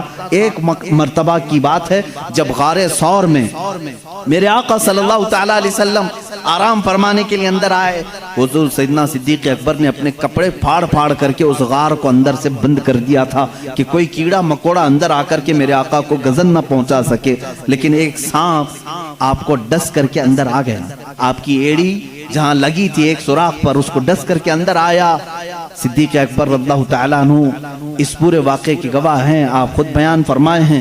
وہ سانپ حضور صلی اللہ علیہ وسلم کی زیارت کے لیے آیا تھا، وہ دیکھا حضور کو ڈسنے کے لیے نہیں، وہ دیکھ کر کے واپس چلا گیا، اور صدیق اکبر رضی اللہ تعالیٰ عنہ کے قدم پاک پر حضور اکرم صلی اللہ تعالیٰ علیہ وسلم نے اپنا لعاب پاک لگایا، شفا یابی ملی۔ حضرت ابوبکر فرماتے ہیں مجھے زندگی پر احساس ہی نہیں تھا کہ اس پیر میں سانپ نے کاٹا تھا کہ اس پیر میں کاٹا تھا، لیکن خوف کس بات کا تھا، مکہ کے کفار ڈھونڈتے ڈھونڈتے اس غار تک بھی آ گئے تھے، ان کے پیر ہمیں اندر سے نظر آنے لگ گئے۔ میں نے کہا یا رسول اللہ اب کیا ہوگا، اب کیا ہوگا؟ مشرکین مکہ ڈھونڈتے ڈھونڈتے غار کے منہ تک آ گئے تھے، وہ 3000 فٹ اونچا، تقریباً 5000 فٹ اونچا پہاڑ ہے۔ کفار مکہ قدموں کے نشانات دیکھے ہوں گے یا جس طرح سے بھی پہنچ گئے۔ حضرت ابوبکر صدیق فرماتے ہیں دل کی دھڑکنیں بڑھ گئی تھی، میں نے صرف اتنا کہا اب کیا ہوگا یا رسول اللہ صلی اللہ تعالیٰ علیہ وسلم۔ اللہ رب العزت نے اس واقعے کو سورہ توبہ میں ذکر فرمایا، اذ اخرجہ الذین کفروا ثانی اثنین اذ ہما فی الغار اذ یقول لصاحبہ لا تحزن ان اللہ معنا۔ یاد کرو اس دن کو جب دو میں سے ایک نے کہا غار میں کہ ہمارے ساتھ کیا ہوگا، تو دوسرے صاحب نے کہا، کس نے؟ اللہ کے رسول نے حضرت ابوبکر صدیق کے سینے پر ہاتھ رکھا، صرف ایک جملہ فرمایا لا تحزن ان اللہ معنا، گھبرا مت ابوبکر اللہ ہمارے ساتھ ہے۔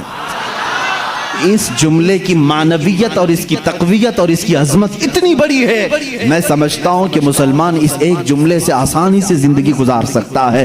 جب کبھی آفت آئے اتنا کہہ دینا کروڑوں ان کے ساتھ ہوں گے لیکن مولا میرے ساتھ ہے، لا تحزن ان اللہ معنا۔ آج بہت سارے لوگ ہم سے یہ کہتے ہیں حکومت ہمارے پاس نہیں، طاقت ہمارے پاس نہیں، اقتدار ہمارے پاس نہیں، بہت ساری طاقتیں دوسروں کے پاس ہیں، ان کے پاس دجالی نظام ہے، میڈیا ان کے پاس ہے، اخبار ان کے پاس ہیں، قوت ان کے پاس ہے، سیاست ان کے پاس ہے، سارے گرو گھنٹال ان کے پاس ہیں۔ لوگ کہتے ہیں ہمارا کیا ہوگا، میں صرف یہی کہتا ہوں ساری دنیا ان کے ساتھ ہے، اللہ ہمارے ساتھ ہے۔ لا مولا لکم ولا، ہم سب یہی کہیں گے جو جنگ احد میں حضرت عمر نے پکارا تھا، احد کے میدان میں کافروں نے یہ کہا تھا اعلو حبل اعلو عزا اعلو منات، یعنی منات ان کے بت کا نام ہے، حبل ان کے بت کا نام ہے، عزا ان کے بت کا نام ہے۔ وہ نعرے لگا رہے تھے جے ہو فلاں کی، جے ہو فلاں کی، جے ہو فلاں کی۔ حضور صلی اللہ علیہ وسلم نے صرف اتنا کہا عمر ان کا جواب دو، عمر ان کا جواب دو۔ حضرت عمر نے صرف اتنا ایک غار سے پکارا تھا، وہ کفار خوشیاں منا رہے تھے، حضور صلی اللہ علیہ وسلم کے انتقال کے بارے میں افواہ پھیلا چکے تھے، احد میں حضور کو قتل کر دیا گیا، شہید کر دیا گیا ہے، کیونکہ آواز کہیں سے نہیں آ رہی تھی۔ اب بہت ہو گیا تھا، جب وہ بہت ناچنے لگے حضور پاک صلی اللہ علیہ وسلم نے حضرت عمر سے کہا جواب دو۔ وہ سب کہہ رہے تھے محمد جا چکے، ان کے ساتھی ابو بکر عمر جا چکے۔ حضرت عمر نے احد پہاڑ سے آواز دی اے کفار، اب بھی عمر زندہ ہے، ابو بکر زندہ ہے، محمد صلی اللہ علیہ وسلم زندہ ہے، اور تمہارے سینوں میں گڑتے رہیں گے، تمہاری آنکھوں میں چبھتے رہیں گے۔ اور یوں فرمایا اللہ مولانا ولا مولا لکم، یاد رکھو ساری دنیا کے بت تمہارے ساتھ ہوں گے، اللہ ہمارا مددگار ہے، تمہارا کوئی مددگار نہیں۔ حسبنا اللہ و نعم الوکیل، نعم المولا و نعم النصیر۔ اے مسلمانوں صرف اتنی بات یاد رکھنا، اللہ ہمارے لیے کافی ہے، کیا ہی بہترین وکیل ہے اور کیا ہی بہترین مددگار ہے۔ حضرت ابو بکر صدیق فرماتے ہیں جب یہ جملہ میرے آقا صلی اللہ علیہ وسلم نے فرمایا اے ابو بکر نہ گھبرا اللہ ہمارے ساتھ ہے، صدیق اکبر فرماتے ہیں پھر اس کے بعد زندگی میں میں نے کبھی کسی بڑی طاقت سے خوف نہیں کھایا۔ حضرت ابو بکر کا ہی وہ معاملہ ہے، یہودیوں کے ایک 50,000 کے مجمع میں 50,000 کا مجمع ہے، سٹیج پر کھڑے ہو کر کے ایک یہودی عالم کہہ رہا تھا مسلمانوں کا خدا غریب ہے اور مسلمانوں سے وہ قرضہ مانگتا ہے۔ قرآن کی ایک آیت کا وہ مذاق اڑا رہا تھا۔ اللہ تعالیٰ نے قرآن میں فرمایا من ذا الذی یقرض اللہ قرضا حسنا، کون ہے جو اللہ کو قرض حسن دے گا؟ یہاں قرض حسن سے مراد تم نیکیاں اللہ کو قرض میں دو، اللہ جنت تمہیں بدلے میں دے گا۔ لیکن وہ یہودی مذاق اڑا رہا تھا، مسلمانوں کا خدا تو دیکھو غریب ہے، مسلمانوں سے قرضہ مانگ رہا ہے۔ صدیق اکبر سے برداشت نہیں ہوا، مجمع میں تھے، ممبر پر کھڑے ہو گئے اسٹیج پر، اس کا دامن پکڑا اور 2 تھپڑ رسید کر دی۔ مجمع ان کا ہے، پبلک ان کی ہے، مار توڑ ہو سکتی تھی لیکن اس وقت بھی صدیق اکبر کا ایمان تھا 50,000 ان کے ساتھ ہے مگر قوت پروردگار میرے ساتھ ہے۔ یہ توکل کا اعلیٰ مقام تھا۔ اس وقت صدیق اکبر رضی اللہ تعالیٰ عنہ کو ان لوگوں نے پکڑ لیا اور کہا اس کو یہاں نہیں ماریں گے، اس کے نبی کے پاس لے جائیں گے۔ اور وہاں آئے حضرت ابو بکر کے بارے میں ان سبوں نے کہا ابو بکر کیسا بندہ ہے تمہارا، یہ ہمارے عالم کے ساتھ بدتمیزی کیا ہے۔ پورے مجمع میں آ کر کے ہمارا عالم خدا کی شان بیان کر رہا تھا، مسلمانوں کی اچھائیاں بیان کر رہا تھا، ہمارا عالم کہہ رہا تھا اللہ غنی ہے اور مسلمان فقیر ہیں، اور اتنی بات پر ابو بکر نے تماچا مار دیا، جھوٹ کہا، انہوں نے بدل دیا۔ 50,000 کا مجمع جو کرتا تھا وہی کام آج کا میڈیا بھی کرتا ہے، وہی کام کرتے، پورے کے پورے بدل دیں۔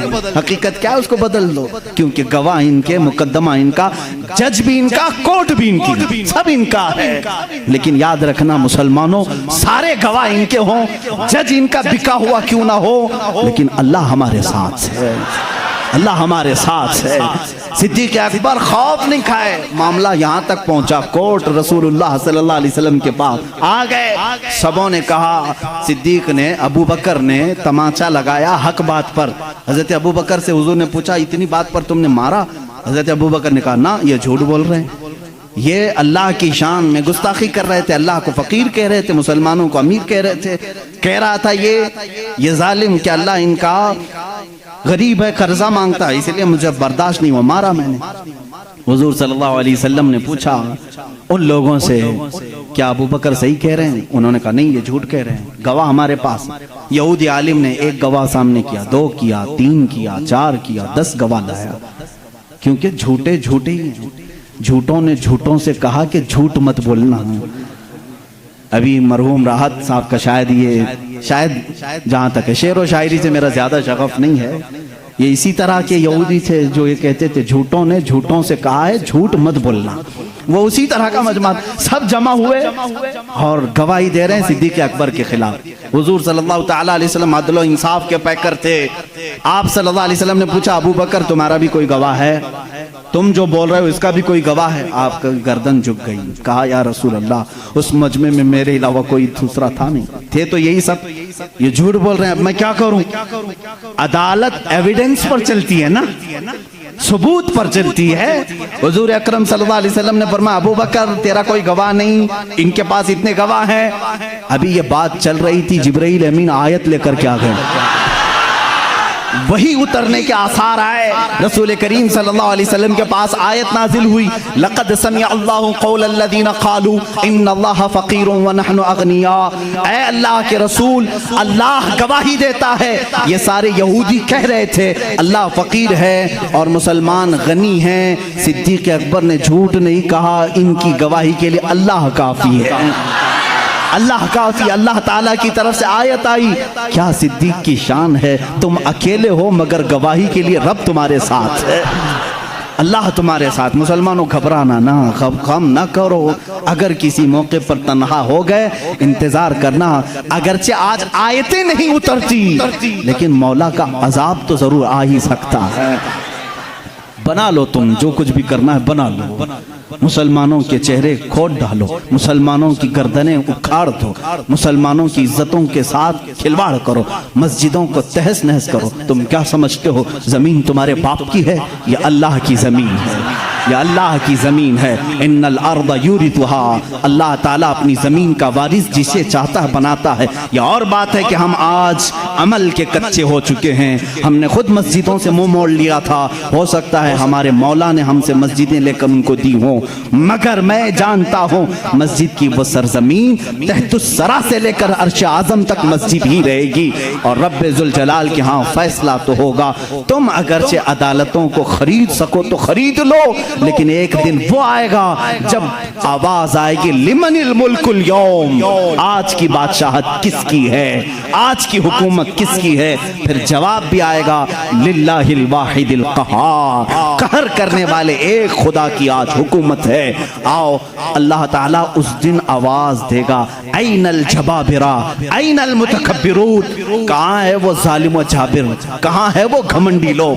آ جاؤ اللہ کی بارگاہ میں۔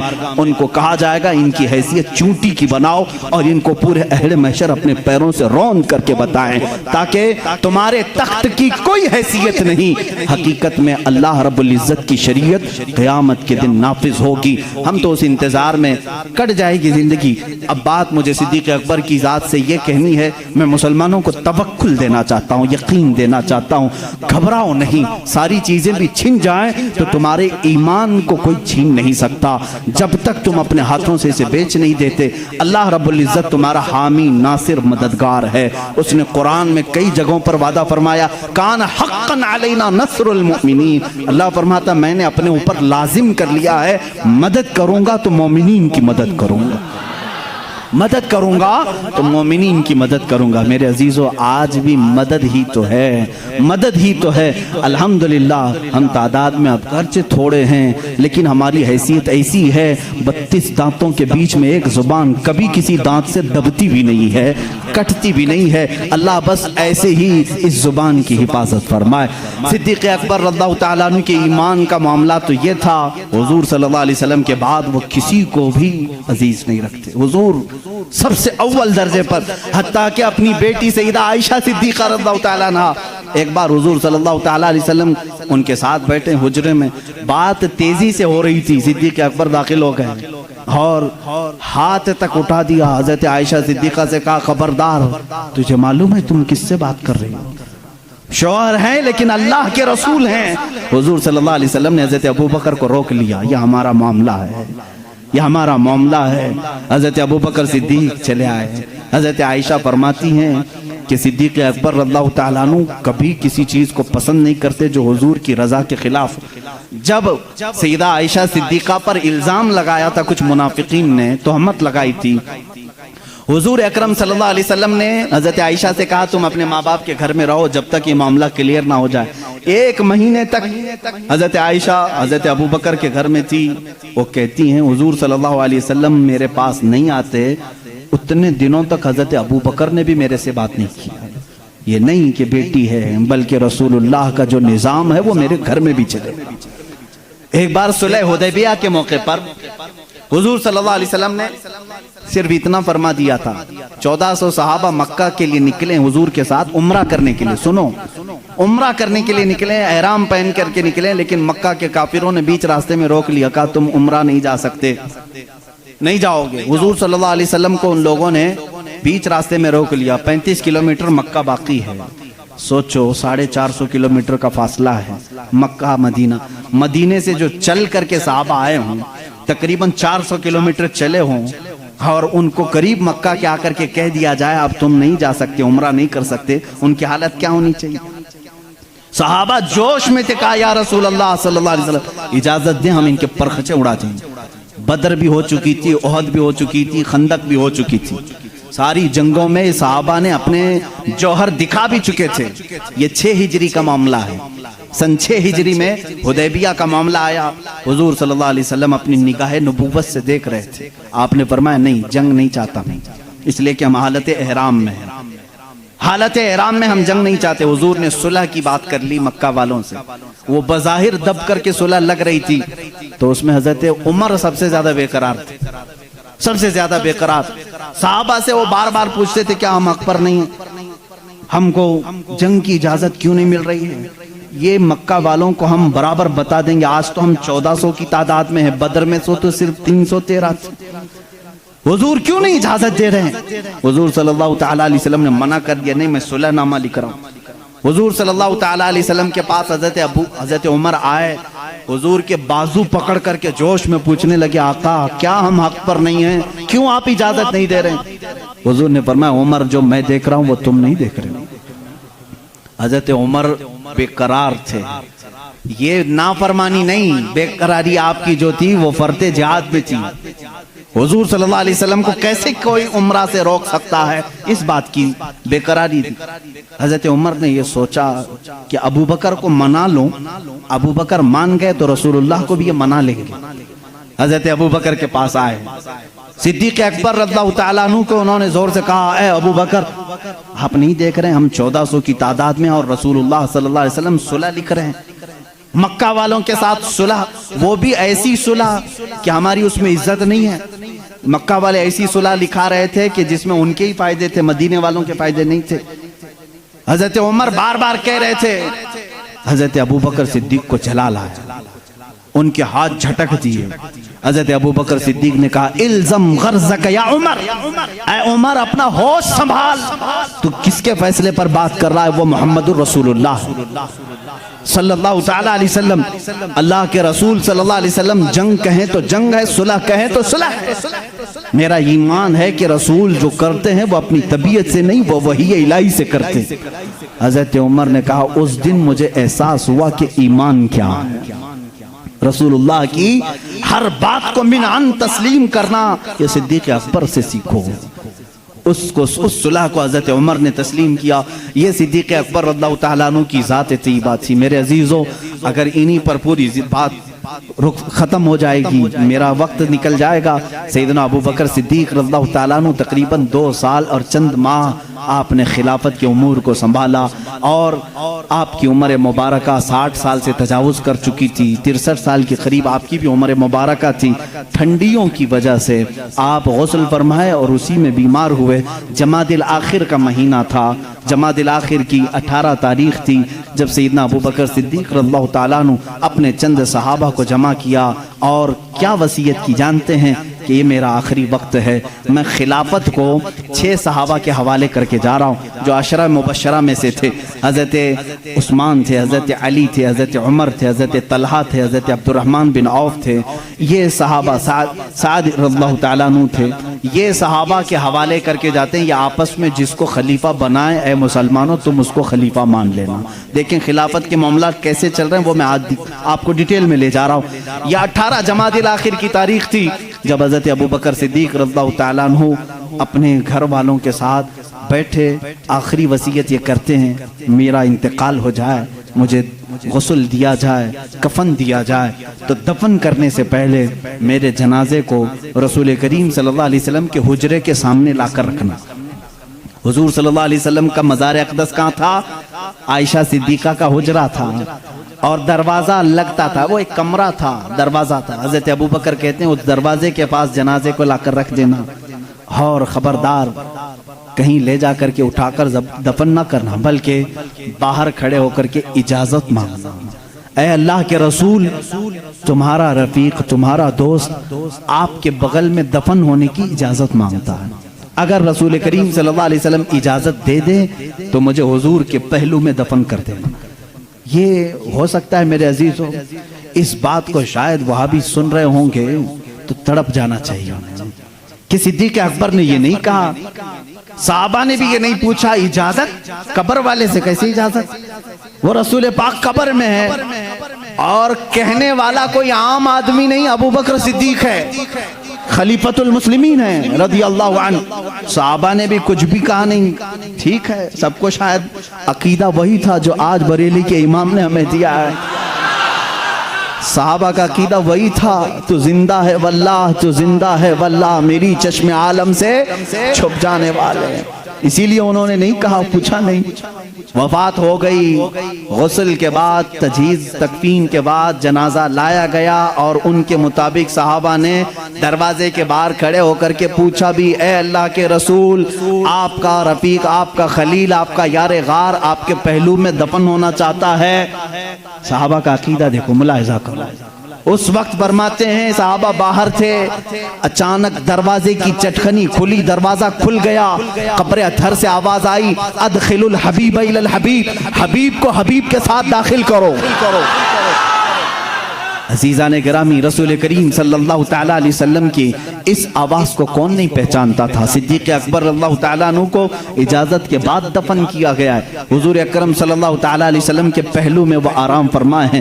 صدیق اکبر کی کیا ذات ہے میرے عزیزو، دنیا میں تھے تو رسول کے ساتھ رہے، قبر میں ہیں تو رسول کے ساتھ ہیں۔ میرے آقا نے فرمایا قیامت کی سور پھونکنے کے بعد دنیا کی سرزمین سے سب سے پہلے اٹھنے والا میں ہوں گا، دوسرے نمبر پر ابو بکر صدیق ہوں گے، تیسرے حضرت عمر ہوں گے۔ حضور خود فرماتے ہیں، اے لوگوں تمہیں معلوم ہے محشر کے میدان میں میں کس طرح سے آؤں گا؟ میرے آقا فرماتے ہیں میں اپنی قبر سے اٹھوں گا، ابو بکر و عمر اٹھیں گے، میں دونوں کے ہاتھوں پر دونوں کے کندھوں پر اپنا ہاتھ رکھ کر کے میدان محشر میں آؤں گا۔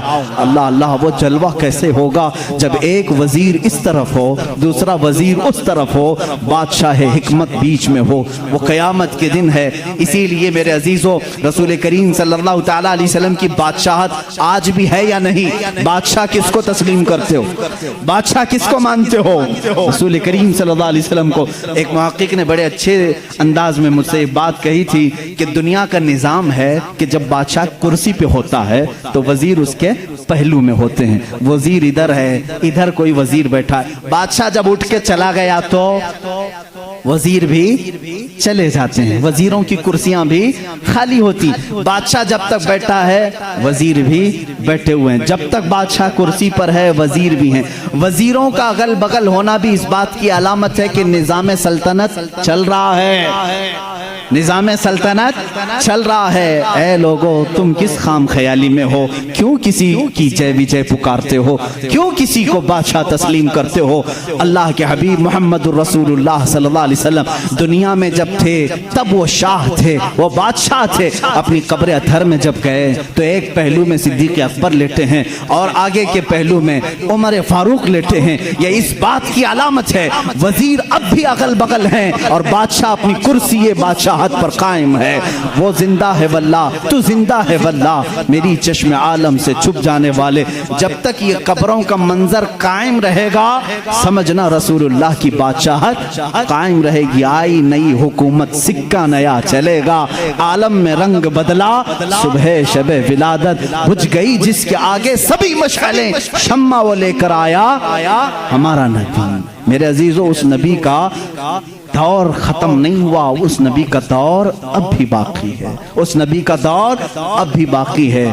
رسول کریم صلی اللہ علیہ وسلم کے جانثار صحابہ، صدیق اکبر اللہ تعالیٰ عنہ کی وفات کے بعد جو صحابہ موجود تھے انہوں نے مشورے سے، جو 6 صحابہ تھے، مشورے سے بالاتفاق سیدنا عمر ابن خطاب رضی اللہ تعالیٰ عنہ کے ہاتھ میں بیعت کر لی۔ یہ جمادی الاخر کا مہینہ تھا، 13ویں ہجری تھی۔ یہاں سے حضرت عمر فاروق نے نظام خلافت کو سنبھالا۔ آپ کا دور اتنا سنہرا ہے، اتنا سنہرا ہے، وہ عمر جس کے آداب پہ شیدا سقر، عز و شان عدالت پہ لاکھوں سلام۔ عزیزان گرامی، اس عمر کی ہم بات کرنے چلے ہیں جس کے متعلق میرے نبی نے خود فرمایا جس راستے سے عمر چلتے ہیں شیطان اس راستے پہ نہیں آتا ہے۔ جہاں تک عمر کی خوشبو جاتی ہے شیطان اس سے دور بھاگتا ہے۔ لو کان بعدی نبیا لکان عمر بن خطاب۔ حضور صلی اللہ علیہ وسلم فرماتے ہیں اگر میرے بعد کوئی نبی ہو سکتا تو عمر ابن خطاب ہوتے، لیکن میں خاتم النبیین ہوں، میرے بعد کوئی نبی نہیں آ سکتا۔ اس لیے کہ عمر فاروق رضی اللہ تعالیٰ عنہ کی زبان پاک ایسے مشورے ہوتے تھے۔ کئی مرتبہ کا معاملہ ایسا ہے لوگ الگ الگ مشورے دیتے تھے حضرت عمر جو مشورہ دیتے تھے اسی کے مطابق قرآن کی آیت آ جاتی تھی. الموافق رأیہ للوحی والکتاب آپ کا لقب دیا گیا. پردے کے معاملات جو آئے عورتوں پر یہ حضرت عمر کے مشورے سے آئے. اذان دینے کے جو الفاظ ہیں یہ حضرت عمر کے مشورے سے ہیں. یہ تمام معاملات میں حضرت عمر نے خود مشورہ دیا تھا اور اللہ نے حکم بھی ویسے ہی نازل فرمایا. اور حدیث میں یہ ملتا ہے کہ عمر کی زبان پر اللہ کے کلمے ہوتے ہیں. اللہ رب العزت کی جو صداقت ہے, جو حقانیت ہے, وہ حضرت عمر فاروق کی زبان پر قائم ہوتی. سیدنا عمر فاروق رضی اللہ تعالیٰ عنہ نے 10 سال خلافت کے اس نظام کو سنبھالا. کتنے؟ 10 سال. لیکن آپ کا نظام ایسا تھا, آج پوری دنیا میں لاکھوں عمر ہوں گے لیکن صرف اگر آپ عمر کہو گے تو ذہن پہلے عمر ابن خطاب کی طرف جائے گا. لاکھوں عمر آئے گئے اس کے بعد, لیکن صرف اگر عمر کہو گے یا عمر فاروق کہو گے کسی کا ذہن دوسرے عمر کی طرف نہیں جاتا, اسی رسول کی عمر کی طرف جاتا ہے. اپنے تو اپنے غیروں نے بھی مثال تھی, غیروں نے بھی مثال تھی. ہندوستان کی یہاں پر گاندھی جی کو آپ کون نہیں جانتا؟ نہیں جانو گے تو وٹامن یم بھی نہیں رکھ سکتے. گاندھی جی نے خود اپنے تحریر میں لکھا ہے, موجود ہے یہ بات. موہن داس کرم چند گاندھی کی بات کر رہا ہوں کہ میرے پاس ہمارے پرانے لوگوں کی تاریخ پیش کرنے کے لیے کوئی چیز نہیں ہے, کیونکہ جن بھگوانوں کا تذکرہ آج کیا جاتا ہے, گاندھی جی نے کہا مجھے معلوم نہیں وہ حقیقت میں تھے بھی کہ نہیں تھے. یہ میں دوسروں کی بات نہیں کر رہا ہوں, اسی لیے تو گاندھی جی کو RSS والے نہیں مانتے. ہاں صاف بات میں بتا رہا ہوں. انہوں نے لکھا ہے کہ مجھے معلوم نہیں کہ ہمارے مذہب کی جو شخصیات ہیں وہ حقیقت میں تھی بھی کہ نہیں تھی, لیکن ہندوستان کی پارلیمنٹ اب قائم ہوگی تو جو بھی سنبھالے گا میں اس کو 2 نام دے سکتا ہوں کہ ان کی طرح سنبھالو, ایک ابو بکر دوسرے عمر کا. کہا کہ یہ 2 نام خالی خیالی نہیں ہیں, فیلڈ پر تھے اور کر کے دکھایا. گاندھی جی پڑھے لکھے آدمی تھے اور ہسٹری کے وہ شوقین بھی رہے, جس کی وجہ سے تاریخ میں اس طرح کی دلچسپی تھی. ان شخصیات کا حوالہ کیوں دیا؟ کچھ لوگوں نے پوچھا بھی, کہا کہ نظام خلافت, نظام حکومت سنبھالنے کا مطلب یہ نہیں ہے کہ کرسی پر بیٹھے اور کسی قلعے کی فصیل پر چڑھ کر کے صرف چلائے. یہ نظام حکومت سنبھالنے کا مطلب نہیں ہے. نظام حکومت سنبھالنا اگر چاہتے ہو, تمہیں اگر کرسی پر بٹھایا گیا ہے تو دوسری سب سے بڑی تمہاری ذمہ داری کیا ہوتی ہے, وہ یہ 2 خلیفہ کی زندگی میں دیکھو. حضرت عمر کہتے ہیں میں ڈھونڈ کر کے غریبوں کی مدد کرنا چاہتا تھا, جو بے کس ہے, جو مجبور ہے. مجھے مدینے میں ایک بوڑھی ایسی ملی جس کا کوئی نہیں تھا, وہ غریب بھی تھی, لاچار تھی. حضرت عمر کہتے ہیں میں نے سوچا اس بوڑھی کی خدمت کروں گا اس کے گھر میں جا کر کے, لیکن کسی کو پتہ نہ چلے. حضرت عمر کہتے ہیں میں صبح جب گیا اس کے گھر پر, اس کے گھر کا کچرا پورا صاف تھا, برتن دھوئے ہوئے تھے, اس کا بستر جھاڑا ہوا تھا, لیکن وہ عورت اپنے بستر سے اٹھنے کے بھی قابل نہیں تھی, بوڑھی عورت تھی. حضرت عمر کہتے ہیں دوسرے دن میں گیا, پھر صاف ستھرا تھا. یہ بوڑھی عورت کیسے کام کر جاتی ہے اپنے گھر کے؟ تیسرے دن وہ کہتے ہیں میں فجر کی نماز سے پہلے چھپ کر دیکھنا چاہتا تھا یہ عورت اپنے ہاتھوں سے کیسے گھر کی صفائی کرتی, لیکن وہ کہتے ہیں میں چونک گیا. دروازے پر ایک کوئی شخص آیا, کمبل اوڑے ہوئے, جلدی جلدی جھاڑو جھاڑ رہا ہے, برتن مانج رہا ہے, بستر سلیقے سے لگا رہا ہے. اذان ہوئی اور فوراً باہر نکلا. حضرت عمر کہتے ہیں میں اس پر اسرار خادم کو دیکھنے کے لیے آگے بڑھا, کمبل اٹھایا تو وہ صدیق اکبر تھے, خلیفۃ المسلمین, وقت کا خلیفہ. اسی لیے تو غیروں نے متاثر ہو کر کے کہا دن میں اگر وہ نظام خلافت سنبھالتے تھے تو رات کو اپنی رعایا کی خبر گیری بھی کرتے تھے, رات کو اپنی رعایا کی خبر گیری کرتے تھے. یہی حال سیدنا عمر ابن خطاب کا ہے. حضرت عمر رضی اللہ تعالیٰ عنہ گشت کرتے تھے مدینے کی گلیوں میں, ایک بار تو ایسا ہوا کہ ملک شام سے واپس آ رہے تھے حضرت عمر، ایک گھر کے پاس رک گئے، اس گھر کی عورت جانتی نہیں تھی۔ حضرت عمر اس طرح سے اجنبی لوگوں کو پوچھتے بھی رہتے تھے۔ یہ فوٹو میڈیا اور سوشل میڈیا کا دور بھی نہیں تھا کہ ہر بادشاہ کا روزانہ فوٹو چھپنا لازم ہو، نہیں جانتے تھے، بہت سارے لوگ چہرے سے بھی نہیں واقف ہوتے تھے۔ حضرت عمر وہاں رک گئے، اس خاتون سے پوچھا خلیفۃ المسلمین عمر ابن خطاب کے بارے میں جانتی ہو؟ وہ کہتی ہاں جانتی ہوں، بہت اچھا آدمی، لیکن میری اس کو خبر نہیں، میری اس کو خبر نہیں۔ کہا کیوں؟ کہا مجھ تک اس کا غلہ پہنچا نہیں ہے، میرے گھر میں بھی فاقہ ہے۔ حضرت عمر نے کہا عمر امیر المومنین وہ مدینے میں رہتا ہے، تیرے تک خبر کیسے پہنچے گی؟ اتنی دور تو رہتی ہے ملک شام کے راستے میں۔ اس بوڑھی عورت نے کہا اگر اس کو یہاں تک کی خبر نہیں پہنچ سکتی تو اسے خلیفہ بھی نہیں بننا چاہیے۔ اگر اتنے دور کی کسی غریب کی خبر اس کو نہیں پہنچتی تو اسے خلیفہ بھی نہیں ہونا چاہیے۔ حضرت عمر اس رات اتنا روئے کہ ان کی داڑھی بھیگ گئی۔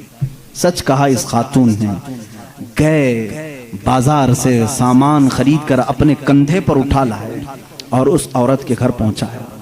ایک گھر مدینے کا ایسا بھی آپ نے دیکھا جہاں رات کو عورت اپنے بچوں کو تھپک کر سلاتی تھی اور ہانڈی میں کچھ جل رہا ہوتا تھا، آگ لگی ہے، ہانڈی میں پکنے کی آواز آتی۔ حضرت عمر دیکھ رہے تھے، آواز سن رہے تھے، بچوں کو ماں کہہ رہے سو جاؤ سو جاؤ، بچے کہہ رہے ماں تو روزانہ یہی بول کے سلاتی ہے، 2 دن سے پک رہا ہے، کب پکتا ہے، ہم رات کو بھوکے سو جاتے۔ حضرت عمر دستک دیتے ہیں، اس گھر والی سے پوچھتے ہیں کیا معاملہ؟ کہا گھر میں کچھ بھی نہیں۔ پھر یہ ہانڈی میں کیا ہے؟ کہا پانی اور پتھر رکھی ہوں بچوں کو بہلانے کے لیے کہ اسی آس میں سو جائیں گے۔ حضرت عمر رضی اللہ تعالیٰ عنہ فرماتے ہیں مجھے اس کی خبر نہیں ہوئی، بیت المال میں گئے، پورا تھیلا اٹھایا آٹم کا، اناج کا، اپنے کندھے پر لے کر نکلے۔ ان کے غلام نے کہا یہ ہمیں دے دیں، ہم لے کر چلتے ہیں۔ سختی سے کہا قیامت کے دن کیا تو میرے اعمال کا بوجھ اٹھا پائے گا؟ مجھے اٹھانے دے۔ لے کر کیا ہے، نقاب باندھے ہوئے تھے اپنے چہرے پر۔ اس خاتون سے کہا میں روٹیاں پکاتا ہوں۔ گھر میں داخل ہو کر آٹا گوندھا، روٹیاں پکائی، بچوں کو جگایا، ان کا منہ دھویا، ہر روٹیاں انہیں پروسنے لگے۔ وہ خاتون کی آنکھوں میں آنسو آ گئے۔ کہا تجھ جیسا فرشتہ اللہ نے اتارا ہے، میرے گھر کئی دنوں کے بعد غذا آئی ہے۔ اس خاتون سے حضرت عمر نے پوچھا عمر کے بارے میں تمہارا کیا خیال ہے؟ عمر کے بارے میں تمہارا کیا خیال ہے؟ وہ کہتی ہے بہت نیک ہے، خلیفہ رسول ہے، لیکن کیا کروں مجھ جیسی غریب کی فریاد شاید اس تک نہیں پہنچی۔ اگر میرے بچے بھوکے مر گئے تو میں قیامت کے دن یہ شکایت ضرور کروں گی۔ حضرت عمر ہچکیاں لگ گئیں، زور سے ہچکیاں آ گئیں حضرت عمر کو۔ وہ خاتون کہنے لگی میرے بھائی تجھے کیوں اس بات کا خوف ہے، تجھے کیوں اس بات کا ڈر ہے، تو کیوں رو رہا ہے؟ حضرت عمر جن کی آنکھیں لال ہو چکی تھی، غم کی وجہ سے بدن پہ کپ کپی تھی، نقاب ہٹایا، اس خاتون کو کہا عمر ابن خطاب میں ہی ہوں۔ وہ خاتون مچل گئی اور کہا اے رب ذوالجلال تو گواہ ہو جا، میں عمر کی یہاں پر بھی گواہی دیتا ہوں اور قیامت کے دن بھی گواہی دوں گی کہ اگر کسی غریب کی خبر گیری کوئی کر سکتا ہے تو وہ عمر ابن خطاب ہے۔ 1 سال پورے مدینے میں قحط آ گیا، وہ پورے سال تک حضرت عمر فاروق نے سالن نہیں کھایا، سالن نہیں کھایا، روٹی کو پانی میں بھگوتے تھے کھاتے تھے۔ لوگ کہتے تھے آپ کیوں نہیں کھا رہے ہیں، آپ خلیفہ ہیں؟ کہتے تھے قحط کا دور ہے، پتہ نہیں کون بھوکا ہے اور کون کھایا ہے، میں اس وقت تک نرم نہیں کھاؤں گا جب تک میری پوری رعایا خوشحال نہ ہو جائے۔ حضرت عمر کا یہ نظام تھا، جس کے بعد حالات ایسے ہو گئے، صرف 2.5 سال کے بعد، صرف 2.5 سال کی خلافت کے بعد مدینے کے حالات یہ تھے میرے عزیزو، مدینے والے اپنی زکوٰۃ لے کر باہر آتے تھے، لینے والا کوئی نہیں تھا، زکوٰۃ لینے والا کوئی نہیں، سب زکوٰۃ دینے والے تھے۔ سیدنا عمر ابن خطاب رضی اللہ تعالیٰ عنہ نے اتنا کیپیبل کر دیا تھا، حضرت معاذ بن جبل یمن سے وہاں کا مال غنیمت مدینے میں بھیجتے ہیں، حضرت عمر کے پاس کہ مدینے کے غربا اور مساکین میں یہ بانٹ دیں. بہت مال آیا تھا. حضرت عمر نے وہ زکوٰۃ کے مال کو حضرت معاذ بن جبل پر یہ کہہ کر کے واپس کر دیا مدینے میں اب کوئی فقیر نہیں رہ گیا, سب زکوٰۃ نکالتے ہیں, اس کا کوئی مستحق نہیں, یمن میں ہی بانٹ دو. حضرت معاذ نے پھر دوبارہ بھیجا کہ یمن میں بھی کوئی فقیر باقی نہیں ہے, جو تھے ان کو بانٹنے کے بعد یہ بھیجا گیا ہے. حضرت عمر نے وہ مال دور کے کسی ملک بھیجا جہاں فقراء و مساکین تھے. یہ نظام عدل اگر کوئی قائم کر سکتا ہے تو وہ عمر ابن خطاب ہے رضی اللہ تعالیٰ عنہ. اور جانتے ہیں پوری کائنات کے لیے, پوری دنیا کے لیے حضرت عمر کے وہ کام جو آج بھی دنیا ان کی پیاسی ہے. اور پارلیمنٹ کے لا بنانے والوں کے لیے میرا چیلنج ہے, عمر ابن خطاب کے بنائے ہوئے قوانین کو چھوڑ کر آج پوری دنیا کی کسی پارلیمنٹ میں مکمل لا کوئی بنا ہی نہیں سکے گا. اس لیے کہ جرائم کے قوانین, بچوں کے قوانین, عورتوں کے قوانین, بوڑھوں کے قوانین, سب کے قوانین سب سے پہلے حضرت عمر فاروق نے مرتب کیے. اور جانتے ہیں یہ لے آؤٹ بنانے والا سسٹم, ڈیولپ کرنے والا سسٹم, سٹی بنانے کا پلان سیدنا عمر فاروق کا دیا ہوا ہے. سب سے پہلے بصرہ اور کوفہ آپ نے بنایا تھا, یعنی ماسٹر پلاننگ کے ساتھ سٹی بنائی گئی. روڈ بنانے کا سب سے پہلا کام حضرت عمر فاروق نے کیا ہے. تاریخ سب سے پہلے حضرت عمر فاروق نے قائم کی. بیت المال کا نظام سب سے پہلے حضرت عمر نے قائم کیا ہے. مسجدوں کے مؤذن اور مسجدوں کے اماموں کے لیے تنخواہ کا سسٹم حضرت عمر فاروق نے قائم کیا ہے. اور اتنا ہی نہیں, عدل کا حال تو ایسا تھا کہ کسی کے ساتھ کوئی رعایت نہیں, کسی کے ساتھ کوئی رعایت نہیں, چاہے وہ کوئی بھی ہو. مصر کے گورنر کے بارے میں لوگوں نے صرف اتنا کہا کہ ان کے ہاں بہت قیمتی گھوڑا ہے, بہت پیسوں کا گھوڑا ہے اور ان کا لباس بہت مہنگا ہے. یہ گورنر ہیں. حضرت عمر کے پاس یہ شکایت آئی, ان کو بلایا اور بلا کر کے کہا تو رعایا کے ساتھ کیا کرنے کے لیے تجھے بھیجا گیا؟ وہاں کے پیسوں سے تو نے قیمتی گھوڑا خریدا, قیمتی لباس پہنا. وہ ان کی گورنری کو معزول کر کے 100 بکریاں خرید کر کے ان کو دیا کہ اب زندگی بھر یہ بکریاں تو چرائے گا. بکریاں چرانے پر گورنر کو رکھ دیا. یہ ان کے معاملات میں پھر کوئی کچھ نہیں کہہ سکتا تھا. بڑے بڑے صحابہ, حضرت سعد ابن ابی وقاص کو معزول کر دیا تھا. خالد بن ولید رضی اللہ تعالیٰ عنہ جن کو سیف اللہ کہا جاتا ہے, جس جہاد میں بھی وہ جاتے تھے فتح ہونا لازمی ہو جاتا تھا. یہ تو سب کو معلوم ہے. حضرت خالد بن ولید اپنی زندگی میں اتنی جنگیں کی ہیں, کوئی جنگ میں شکست نہیں ہوئی. ان کا یہ فخر تھا جب جہالت میں تھے نا, اسلام نہیں لائے تھے, وہ جنگ احد کے سپہ سالار بن کے آئے تھے, اس میں بھی ان کو ہی فتح ملی تھی. کہتے کفر کی حالت میں بھی اللہ نے فتح ہی دی تھی, اسلام میں آئے تب بھی اللہ نے فتح ہی لکھی تھی. حضرت خالد بن ولید ایک ایسے جرنیل کا نام ہے جس کا نام قیامت تک قائم رہے گا. لیکن حضرت عمر فاروق رضی اللہ تعالیٰ عنہ نے سپہ سالاری سے ان کو معزول کر دیا تھا. سسپینڈ کرنا معمولی بات نہیں, لیکن حضرت عمر کیوں کرتے تھے جانتے ہیں؟ بعض لوگ اس کو نکتہ چینی کرتے ہیں, حضرت عمر اس کو ہٹائے اس کو ہٹائے. حضرت عمر فاروق رضی اللہ تعالیٰ عنہ کے پاس کچھ لوگ سفارش لے کر کے آئے, خالد بن ولید کے بغیر جہاد کا میدان کیسے ہوگا؟ ان کو آپ نے معزول کیا. کہا معزول کیا ہوں لیکن سپاہی بن کر کے وہ جائیں گے, سپاہی بن کر کے جائیں گے, سپہ سالار کوئی اور ہوگا. صحابہ نے پوچھا اس فیصلے کو لینے میں کوئی حکمت ہے امیر المومنین؟ اللہ اللہ توکل دیکھیں. امیر المومنین نے کہا ہاں ضرور حکمت ہے. میں مسلمانوں کو یہ بتانا چاہتا ہوں کہ کوئی جہاد, کوئی جنگ خالد بن ولید کی وجہ سے فتح نہیں ہوتی, اللہ کی مدد سے ہوتی ہے. سارے لوگ یہ ڈیپینڈ ہو کر کے نہ بیٹھ جائیں کہ اسی کی وجہ سے ہوتی ہے. میں اس اصول کو توڑنا چاہتا ہوں, فتح جو ملتی ہے وہ اللہ کی طرف سے ہوتی ہے. یہ یقین دینا تھا, بس اس لیے میں نے معزول کیا ہے. اور یقین توکل ایسا حضرت عمر فاروق رضی اللہ تعالیٰ عنہ کا کتابوں میں لکھا ہے. مصر کے گورنر انہوں نے ایک بری رسم کے متعلق خط لکھ کر کے بھیجا. دریائے نیل سوکھ جاتا تھا ہر سال, وہاں کے لوگ اپنی 16 سال کی ایک نوجوان لڑکی کو ذبح کرتے, اس کی بلی چڑھاتے تھے اور خون جو ہے دریائے نیل میں بہاتے. ان کا عقیدہ تھا بلی دینے کے بعد پھر دریا جوش مار کر اوپر آ جاتا تھا. ہر سال ایسا ہوتا تھا. انہوں نے جب اسلامی حکومت وہاں آ گئی تو لوگوں نے وہاں کے گورنر سے, جو مسلمان تھے صحابی تھے, ان سے پوچھا ہر سال ہمارا معمول ہے, اس سال بھی آپ اجازت دیں.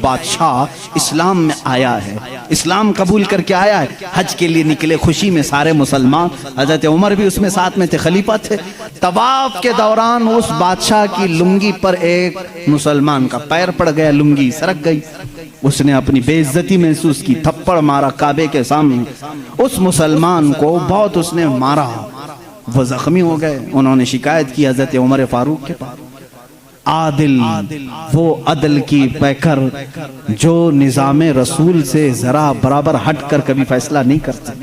حضرت عمر کا فیصلہ تو وہ ہے کہ ایک بندہ یہ حضور کے پاس فیصلہ لے کر کے آیا تھا، معلوم ہے نا، ایک یہودی اور ایک مسلمان زمین کے جھگڑے میں فیصلہ کیا، حضور نے فیصلہ کیا یہودی کے حق میں یہ زمین تو چھوڑ دے، لیکن وہ مسلمان منافق تھا، دل میں بغض تھا، اس نے کہا میں رسول کا فیصلہ نہیں مانتا، عمر کے پاس فیصلہ لیں گے، عمر کے پاس کریں گے۔ وہ یہودی کو یقین تھا جو رسول فیصلہ کریں گے وہی عمر بھی کریں گے، لیکن یہاں معاملہ بدل گیا، یہاں معاملہ بدل گیا۔ وہ منافق یہ سوچتا تھا کہ عمر کو میں اپنی باتوں میں لے لوں گا، یہ یہودی ہے ہمارے دشمن، زمین میرے حوالے کر دی جائے۔ حضرت عمر کے پاس دونوں گئے اور کہا ہمارا معاملہ ایسا ایسا ہے۔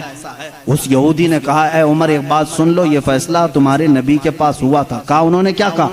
کہا میرے حق میں انہوں نے زمین کا فیصلہ کیا۔ پھر اس نے کیا کیا؟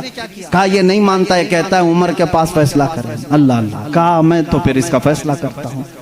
حضرت عمر اندر گئے، تلوار لائے، اس کی گردن اڑا دی۔ کہا جو رسول کا فیصلہ نہ مانے عمر اس کا فیصلہ ایسی کرتا ہے۔ یہ بات مدینے میں مشہور بھی ہو گئی، مسلمان کا قتل کر دیا عمر نے۔ حضور نے ان کو بلایا اور کہا کہ تم نے ایک مسلمان کا قتل کیا؟ کہا میں اس کو مسلمان مانتا ہی نہیں جو آپ کو حکم نہیں مانتا، لیکن اگر میں غلطی پر ہوں تو یا رسول اللہ مجھے سزا دے دیں۔ اس وقت تک آیت نہیں آئی تھی، آیت نازل ہوئی، فلا وربک لا یؤمنون حتی یحکموک فیما شجر بینہم۔ اے رسول قسم ہے تمہارے رب کی، اللہ فرما رہا ہے، اللہ فرما رہا ہے اے رسول تمہارے رب کی قسم، وہ ایمان والا ہو ہی نہیں سکتا جو اپنے آپسی معاملات میں آپ کو حکم نہیں مانتے۔ حضور نے فرمایا تب تو عمر نے صحیح فیصلہ کیا۔ اس فیصلے کے حامل علمبردار عمر کے پاس رضی اللہ تعالیٰ فیصلہ لے کر کے آئے، غسان کے بادشاہ اور ایک عام مسلمان کا۔ وہ بادشاہ ہے، پہلے عیسائی تھا، مسلمان ہوا چند دن پہلے مسلمان ہوا ہے۔ دونوں کا فیصلہ آیا، حضرت عمر نے پوچھا کیا معاملہ ہے؟ وہ غسان کے بادشاہ نے کہا اے عمر امیر المومنین، کیا مجھے بھی کٹہرے میں کھڑا کریں گے؟ میں بادشاہ ہوں غسان کا، آپ مجھے اپنے بازو میں بٹھائیں۔ حضرت عمر نے کہا آج مقدمہ ہے، بادشاہ نہیں، تم بھی وہیں کھڑے رہو گے جہاں مقدمہ کرنے والا کھڑا ہے۔ دونوں کو کھڑا کیا، معاملہ پوچھا تو اس کے بعد حضرت عمر نے کہا تم نے زیادتی کی، اس کا غلطی سے پیر پڑا ہے، ہاں اگر تمہیں لگتا ہے کہ اس نے تمہاری بے عزتی کی تو سزا بھی تھوڑی ہونی چاہیے تھی، لیکن جتنا تم نے اس کو مارا ہے یہ اس کا حق ہے۔ کہا کیا فیصلہ ہوگا؟ حضرت عمر نے کہا اس عام مسلمان سے جتنے تھپڑ زیادہ اس نے لگائے تو بھی لگا دے، یہی فیصلہ ہے، جتنا اس نے زیادہ مارا ہے تو مار۔ وہ غسان کا بادشاہ کہتا ہے بادشاہ کو عام آدمی مارے گا؟ حضرت عمر نے کہا ہاں مارے گا، یہ نظام رسول ہے، یہ نظام رسول ہے، یہ قیصر اور کسریٰ کی حکومتیں نہیں ہیں، یہ اللہ کے نبی کی قائم کی ہوئی عدالت ہے۔ اس نے کہا ایک دن کی مجھے مہلت دیں، کل آ کر کے اس فیصلے پر عمل کیا جائے۔ آپ نے کہا مہلت تو دی جا سکتی، جیسے ریمانڈ میں لیتے ہیں۔ اس کو چھوڑا گیا، لیکن وہ بادشاہ فرار ہو کر کے بھاگ گیا اور اسلام بھی چھوڑ دیا، مرتد ہو کے چلا گیا۔ حضرت عمر نے اس دن کہا، کچھ لوگ کہنے لگے حضرت عمر اس کے حق میں بات کرتے تو بادشاہ آج مسلمان رہتا، ایسی کچھ باتیں بھولی بھالی لوگ کرتے ہیں، ایسا کرتے تو اچھا ہوتا، ایسا نہیں کرنا چاہیے تھا۔ حضرت عمر نے جلال میں کہا اس طرح کے 1000 چھوڑ کر جائیں تو جائیں، لیکن نظام رسول کا ایک حرف بھی میں اپنے سامنے سے جانے نہیں دوں گا، عدل کے تقاضوں کو پورا میں ہمیشہ ہوتا رہنے دوں گا۔ یہ سیدنا عمر فاروق کی عدالت تھی۔ یہ آج پیس اینڈ جسٹس کی بات کرتے ہیں، ان لوگوں سے بات کرتے ہیں جن کے پاس عمر جیسی عدالت ہے۔ اے میرے عزیزو، عدالت کے نام پر آج بڑا دھبا ہے، یہاں پر بہت سارے معاملات ہو سکتا ہے، بہت سارے لوگ میرے اوپر اس بات کا بھی کیس کر دیں کہ یہ حد کی عدالت ہے، عدالت کی بے عزتی کرتا ہے، ہو سکتا ہے، میرے عزیزوں، میں اس عدالت کی عزت کرتا ہوں جہاں عدالت ہوتی ہے. میں اس کو جج اور عادل نہیں مانتا جو پارلیمنٹ کی سیٹ کی بھوک میں مسجدیں بیچ دیتا ہوں. میں اس کی عدالت کو نہیں تسلیم کرتا جو ایک قلیل جماعت کو نظر انداز کر کے حاکم پارٹی کی طرف بولتا ہے. میرے عزیزو، ایسے لوگ دنیا میں بہت سارے آئے جو ضمیر فروش ہوتے ہیں. ہندوستان بھی اسی ڈگر پر چلنے لگ گیا. اب تک دنیا کی سب سے بڑی ڈیموکریسی، سب سے بڑی جمہوریت ہندوستان میں تھی، جہاں پر نظام ایسا تھا. ہمارا عدلیہ کا نظام بہت اچھا تھا. ہماری کورٹ جتنی تھی، یہاں پر سب کے ساتھ برابر کا سلوک کیا جاتا تھا، ہندو ہو مسلم ہو. آج بھی بہت سارے جج ہیں جو اوتھ لیتے ہیں کہ میرا دین، میرا مذہب، میرا سب کچھ انصاف ہوگا، سمویدھان ہوگا، میں سامنے کسی کو نہیں دیکھوں گا. دیکھتے نہیں آپ، جج کے سامنے پٹی باندھے ہوئے ایک مورتی کو رکھا جاتا ہے. کیوں؟ قانون جب بھی ہوتا ہے وہ سامنے والے کو دیکھ کر کے نہیں، اس کے پروف ثبوت دیکھ کر کے. لیکن یہاں پر اب عام بچے کو بھی بیوقوف بنایا جا رہا ہے. میں اس بات کی آواز اٹھانا چاہوں گا، اس ظلم کو بند کرو، اس ظلم کو بند کرو. اور یہ ڈکٹیٹرشپ جو لائی جا رہی ہے، اس جمہوریت کو ختم کر کے، قتل کر کے، دیکھنا چند دنوں کے بعد یہ سارے نظام ختم کرنے کی بات کریں گے. آج مسلمانوں کے خلاف ایک زہر پھیلایا جا رہا ہے، اسی طرح چند دنوں کے بعد اب دلتوں کی باری آئے گی. اس لیے کہ یہ دلتوں کو بھی ایک آنکھ نہیں بھاتے، یہ کبھی پسند نہیں کرتے. یہ 2000 سال پرانا نظام منوسمرتی کا لانا چاہتے ہیں، جہاں صرف چند لوگوں کی حکومت ہوگی. جانتے ہیں، تاریخ اٹھا کر کے پڑھو، اسی سرزمین پر ایسے ظلم کیے گئے ہیں جہاں چند برہمنوں نے کم ذات کے لوگوں کے کان کاٹے ہیں، جہاں لوگوں کے کانوں میں گرم تیل ڈالے ہیں. اسی سرزمین پر کم ذات کے لوگوں کو کوڑا کرکٹ میں گھر بنانے پر مجبور کرتے تھے. جہاں اعلیٰ ذات کے لوگوں کے پیشاب پاخانے ہوتے تھے، وہاں دلت برادری کو رکھنے پر ہی مجبور کرتے تھے. ہر ایک کے گلے میں رسی باندھ کر ایک مٹکا لٹکاتے تھے کہ تھوکنا ہے تو دلت زمین پر تھوک نہیں سکتا، اس مٹکے میں تھوکے گا، اس لیے کہ اس کا تھوک زمین پر پڑے تو یہ اپشگن سمجھتے تھے. اس پورے نظام کو، یہاں پہلے ہندوستان میں یہ ساری چیزیں چلی ہیں، کاسٹزم، ذات برادری، اونچ نیچ کے معاملات چلتے رہے. لیکن میں سمجھتا ہوں کہ ہندوستان کو جب آزادی ملی، بھارت کو جو آزادی ملی 1947 کے بعد، سبوں نے مل کر کے ایک سمویدھان بنایا تھا، عدل و انصاف کا سب لوگوں نے حلف اٹھایا تھا، اس میں سب کا حصہ برابر کا ہوگا، سب لوگوں نے قربانی دی ہے، سب کے لیے نظام یکساں ہوگا، برابر ہوگا، اور سب کی دین کا، سب کے ریلیجین کا مان سمان کیا جائے گا. لیکن اب جو حالات ہیں میرے عزیزو، یہ دوسری ڈگر پر چل پڑے. اب یہاں پر اس سمویدھان کو یہ ختم کرنے کی بات کر رہے ہیں جو امبیڈکر کی سرپرستی میں بنائے گئے تھے، اس کو ختم کر کے یہ نئے سمویدھان کی بات کرنے جا رہے ہیں. چند دنوں کے بعد یہ ووٹنگ پاور بھی ختم کرنے کی بات کریں گے. تم سب کو ووٹ دینے کا بھی حق نہیں ہوگا، ٹھہرنے کی، امیدوار ہونے کی بات تو دور ہے. میں اس نظام کی کھلم کھلا مخالفت کرتا ہوں اور مذمت کرتا ہوں. میں مذمت کرتا ہوں. ہمارے لیے وہی بھارت اور وہی ہندوستان اچھا ہے جو ہمارے بڑوں نے اپنے خون کی قربانی سے آزاد کیا ہے. آپ سب اسی بھارت کو تسلیم کریں گے یا نئے نویلے بھارت کو؟ ہم اس نوے نویلے بھارت کو جس ڈگر پر یہ لے جا رہے ہیں، کاسٹزم کی پر، ہم اس کو نہیں تسلیم کرتے. ہم اس بھارت کو، اس سمویدھان کو مانتے ہیں جہاں عدل سب کے لیے برابر ہو، سب کے لیے برابر ہو. سپریم کورٹ کو آزاد رکھا جائے، وہ سب کے ساتھ برابر کا انصاف کر سکے، چاہے وہ تخت پر بیٹھا ہوا آدمی ہو، چاہے وہ غریب آدمی ہو، سب کے ساتھ برابر کا عدل کر سکے. ہندوستان ہی کی بات میں اگر بتاؤں، یہاں پر ایک بادشاہ ایسا بھی گزرا جس کے ایک تیر سے ایک بچے کی موت ہو گئی تھی. ایک بچے کی موت ہو گئی. عورت جو بچے کی ماں تھی وہ مقدمہ کر دی چیف جسٹس کے پاس. اس وقت کے جو چیف جسٹس تھے قاضی سراج الدولہ، انہوں نے طلب کیا بادشاہ کو طلب کیا. اسی ہندوستان کی بات کر رہا ہوں. عورت ایک جگہ کھڑی ہے، وقت کا بادشاہ ایک جگہ کھڑا ہے. عورت نے کہا میرے بچے کو ان کے تیر سے موت ہو گئی. بادشاہ شکار کھیل رہا تھا، چوک کے تیر لگ گیا. بادشاہ نے کہا ہاں میرا تیر لگا تو ہے، گواہ بھی ہیں، سپاہی بھی گواہ ہیں، عورت بھی گواہ ہے۔ دو آپشن ہوتے ہیں موت کے بعد، کسی کا کچھ قتل ہو گیا انجانے میں، چوک کر اگر قتل ہو گیا، دو آپشن اسلام دیتا ہے۔ اس عورت کو قاضی نے کہا تیرے پاس دو آپشن ہے، چاہے تو اپنے بچے کی موت پر دیت لے لے، کچھ پیسے لے لے بادشاہ سے اور اسے معاف کر دے، یا چاہے تو جان کے بدلے جان لے لے۔ بادشاہ کی جان بھی لے سکتی ہے، قاضی نے فیصلہ سنا دیا، یہ نہیں کہ بادشاہ کو چھوڑ دینا ہے، دونوں آپشن عورت کے اوپر۔ وہ عورت نے جب دیکھا کہ عدل کا یہ پیکر اسلامی نظام ہے، بادشاہ کے تیر لگا ہے اور قاضی صحیح فیصلہ دے رہا ہے، اس عورت نے کہا اگر یہ قاضی آج اس طرح کا صحیح فیصلہ دے رہا ہے تو اس طرح کے بادشاہ کی وجہ سے ہی، بادشاہ ایسا ہوگا اسی لیے قاضی ایسا ہے۔ اس عورت نے کہا میں اس بادشاہ کی جان بخشتی ہوں، میرے بچے کے لیے جو دیت بنتی ہے وہ بادشاہ مجھے دے دے۔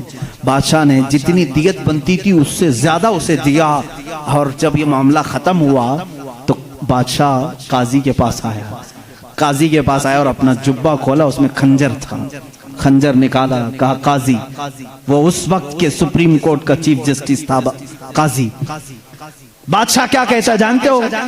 مجھے جب پتا چلا میرے اوپر مقدمہ ہے اور مجھے معلوم تھا میرے تیر سے ایک بچہ فوت ہوا ہے، میں آج کورٹ میں آ رہا تھا، میں ساتھ ہی خنجر لے کے چلا۔ قاضی نے پوچھا کیوں لے کے چلے؟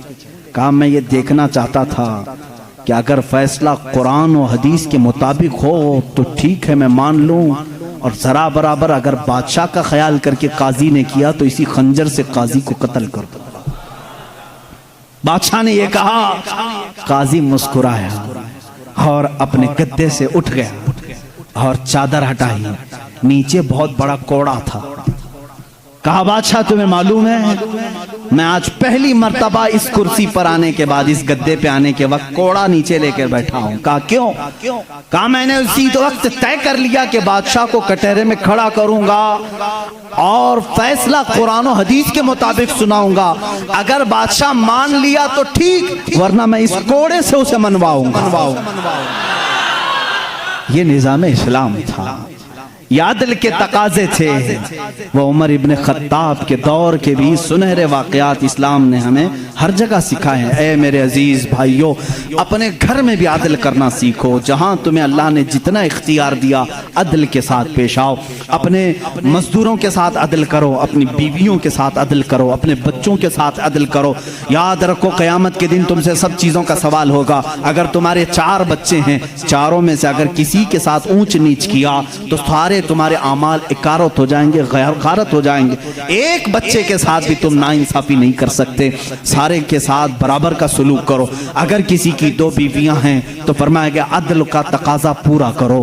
ماں باپ اگر دونوں ہیں تو دونوں کے ساتھ عدل کا تقاضا پورا کرو۔ یہ نہیں کہ ماں کی طرف جھکاؤ ہو گیا باپ کو گالیاں دیتا ہے، یا باپ کی طرف ہو گیا ماں کو کوستا ہے، نہ، سب کے ساتھ عدل اسلام سکھاتا ہے۔ تم اگر کسی کمپنی کے مالک ہو، فیکٹری کے مالک ہو، مزدوروں کے ساتھ عدل کرو، اس لیے کہ قیامت کے دن اس سے بھی تمہارا سوال ہوگا۔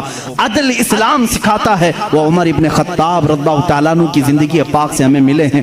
میرے عزیزو، مجھے وقت تاخیر سے یہاں تک پہنچ چکا ہے اور میں سمیٹوں گا تو میں سمجھتا ہوں عثمان ابن عفان اور حیدر کرار رضی اللہ تعالیٰ عنہما کی ذات کے ساتھ ناانصافی ہو جائے گی، اور میں قطعاً یہ نہیں چاہتا کہ ان بزرگ ہستیوں کے ساتھ جہاں ایک ذوالنورین ہے تو دوسرا حیدر کرار ہے، جن کی ذات 2 جملوں میں کمپلیٹ نہیں ہو سکتی، 2 باتوں میں مکمل نہیں ہو سکتی، اس لیے تھوڑی سی قربانی کے ساتھ کل کی ایک اور رات ہم انشاءاللہ ان خلفاء کی زندگی پر گفتگو کریں گے۔ اس لیے کہ میرا معمول تو یہ تھا کل کا دن میں نے پورے اہل بیت کے لیے وقف کرنا تھا، لیکن خلفاء راشدین کی بات کے بعد انشاءاللہ العزیز اہل بیت اطہار کی بھی زندگی ہم ذکر کریں گے۔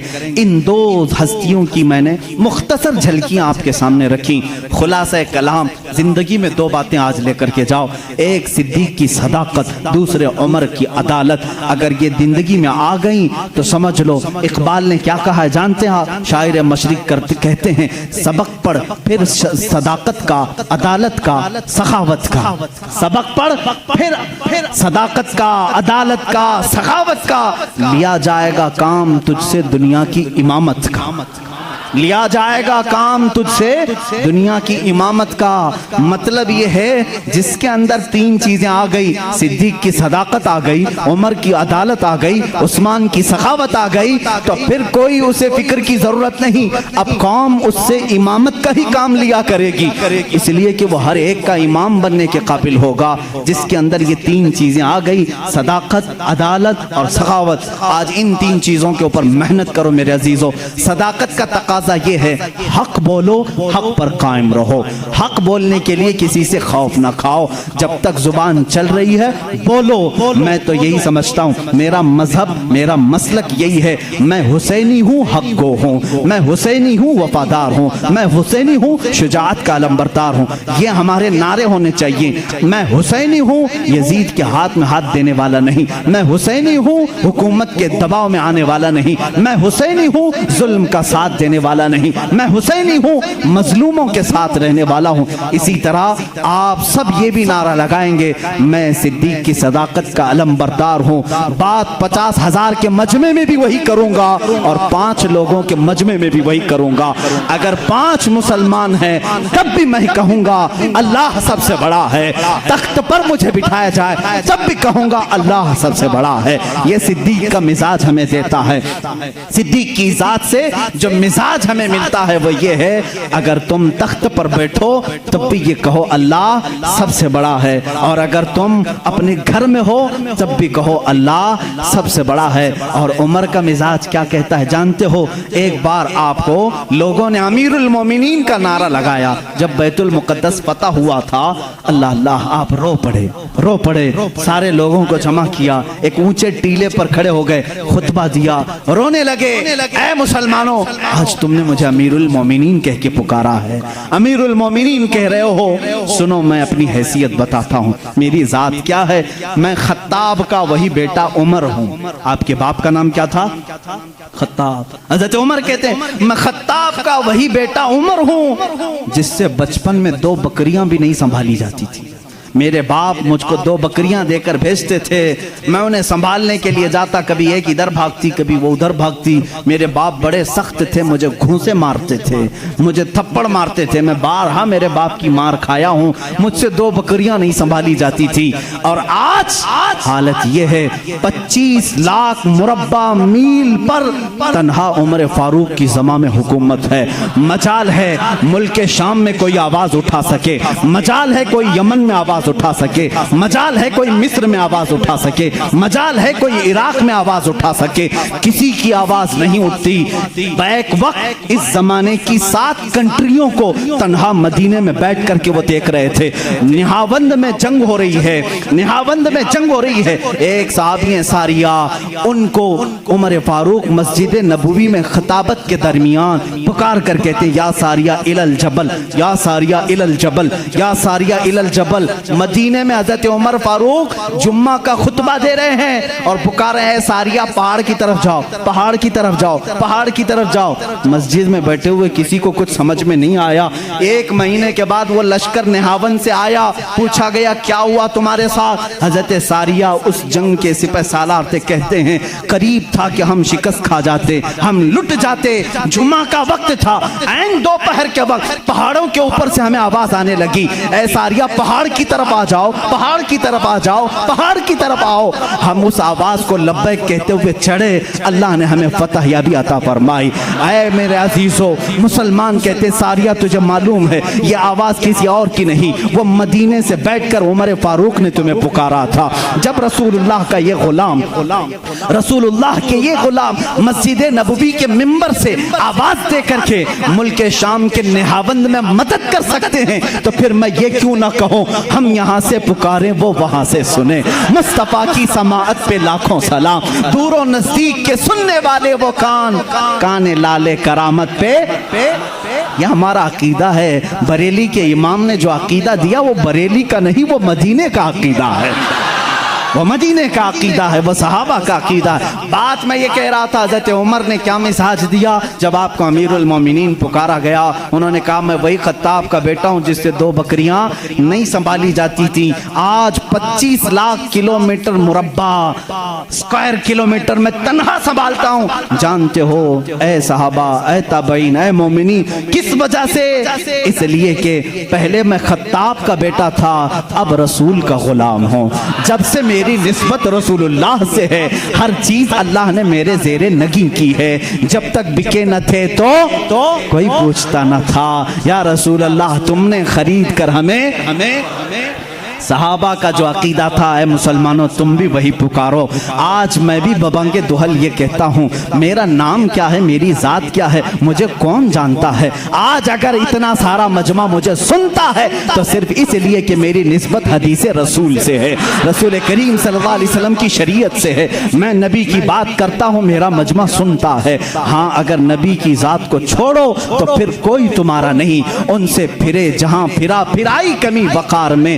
اسی لیے میرے مرشد نے پکار کر کے ہمیں جاتے وقت یہ درس دیا. بریلی کی سرزمین سے حضور تاج الشریعہ نے یہ پکارا تھا، نبی سے جو ہو بیگانہ، نبی سے ہو جو بیگانہ اسے دل سے جدا کر دیں. پدر مادر برادر جان و مال ان پر فدا کر دیں.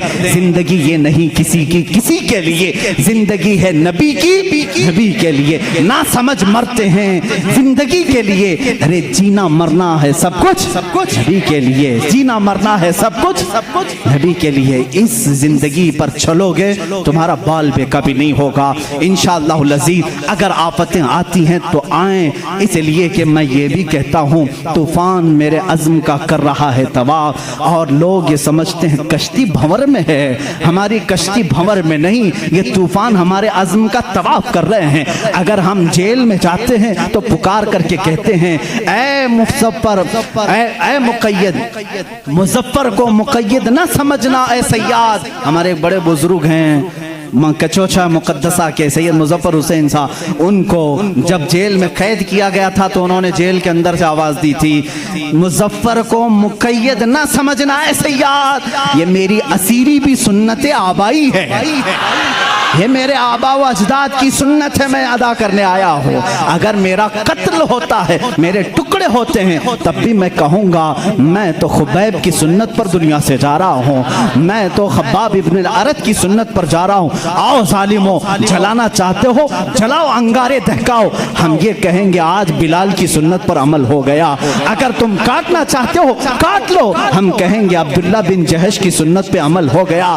اگر تم ہمیں اتارنا چاہتے ہو اتارو، اس لیے کہ ہمیں تو معلوم ہے عمر ابن خطاب جیسے عادل حکمران کو بھی مسجد نبوی شریف میں خنجر مار کر کے قتل کیا گیا تھا. آپ جب نماز کی حالت میں تھے، فجر میں ظالم نے خنجر مارا اور 1 رکعت آپ پڑھا چکے تھے، وہ شہید ہوئے. 26 ذی الحجہ کو آپ کو خنجر مارا گیا تھا، 1 محرم کو آپ کی شہادت ہوئی. اس لیے مسلمانوں ہم موت سے ڈرتے ہیں؟ موت سے نہیں ڈرتے. میں صرف یہی جذبہ بیدار کرنا چاہتا ہوں، جس کے پاس صدیق کی سیرت ہوگی، عمر کی سیرت ہوگی، عثمان و حیدر رضوان اللہ علیہ مجمعین کی سیرت ہوگی، وہ بے خطر کود پڑے گا آتش نمرود میں. عشق عقل بھی محو تماشائے لبے بام ہے ابھی. اس لیے ہم کہتے ہیں آج بھی جو ہو ابراہیم سا ایمان پیدا، آگ کر سکتی ہے انداز گلستان پیدا. اب آخری یہ میرا میسج ہے، اٹھو قوت عشق سے ہر پست کو بالا کر دو، قوت عشق سے ہر پست کو بالا کر دو.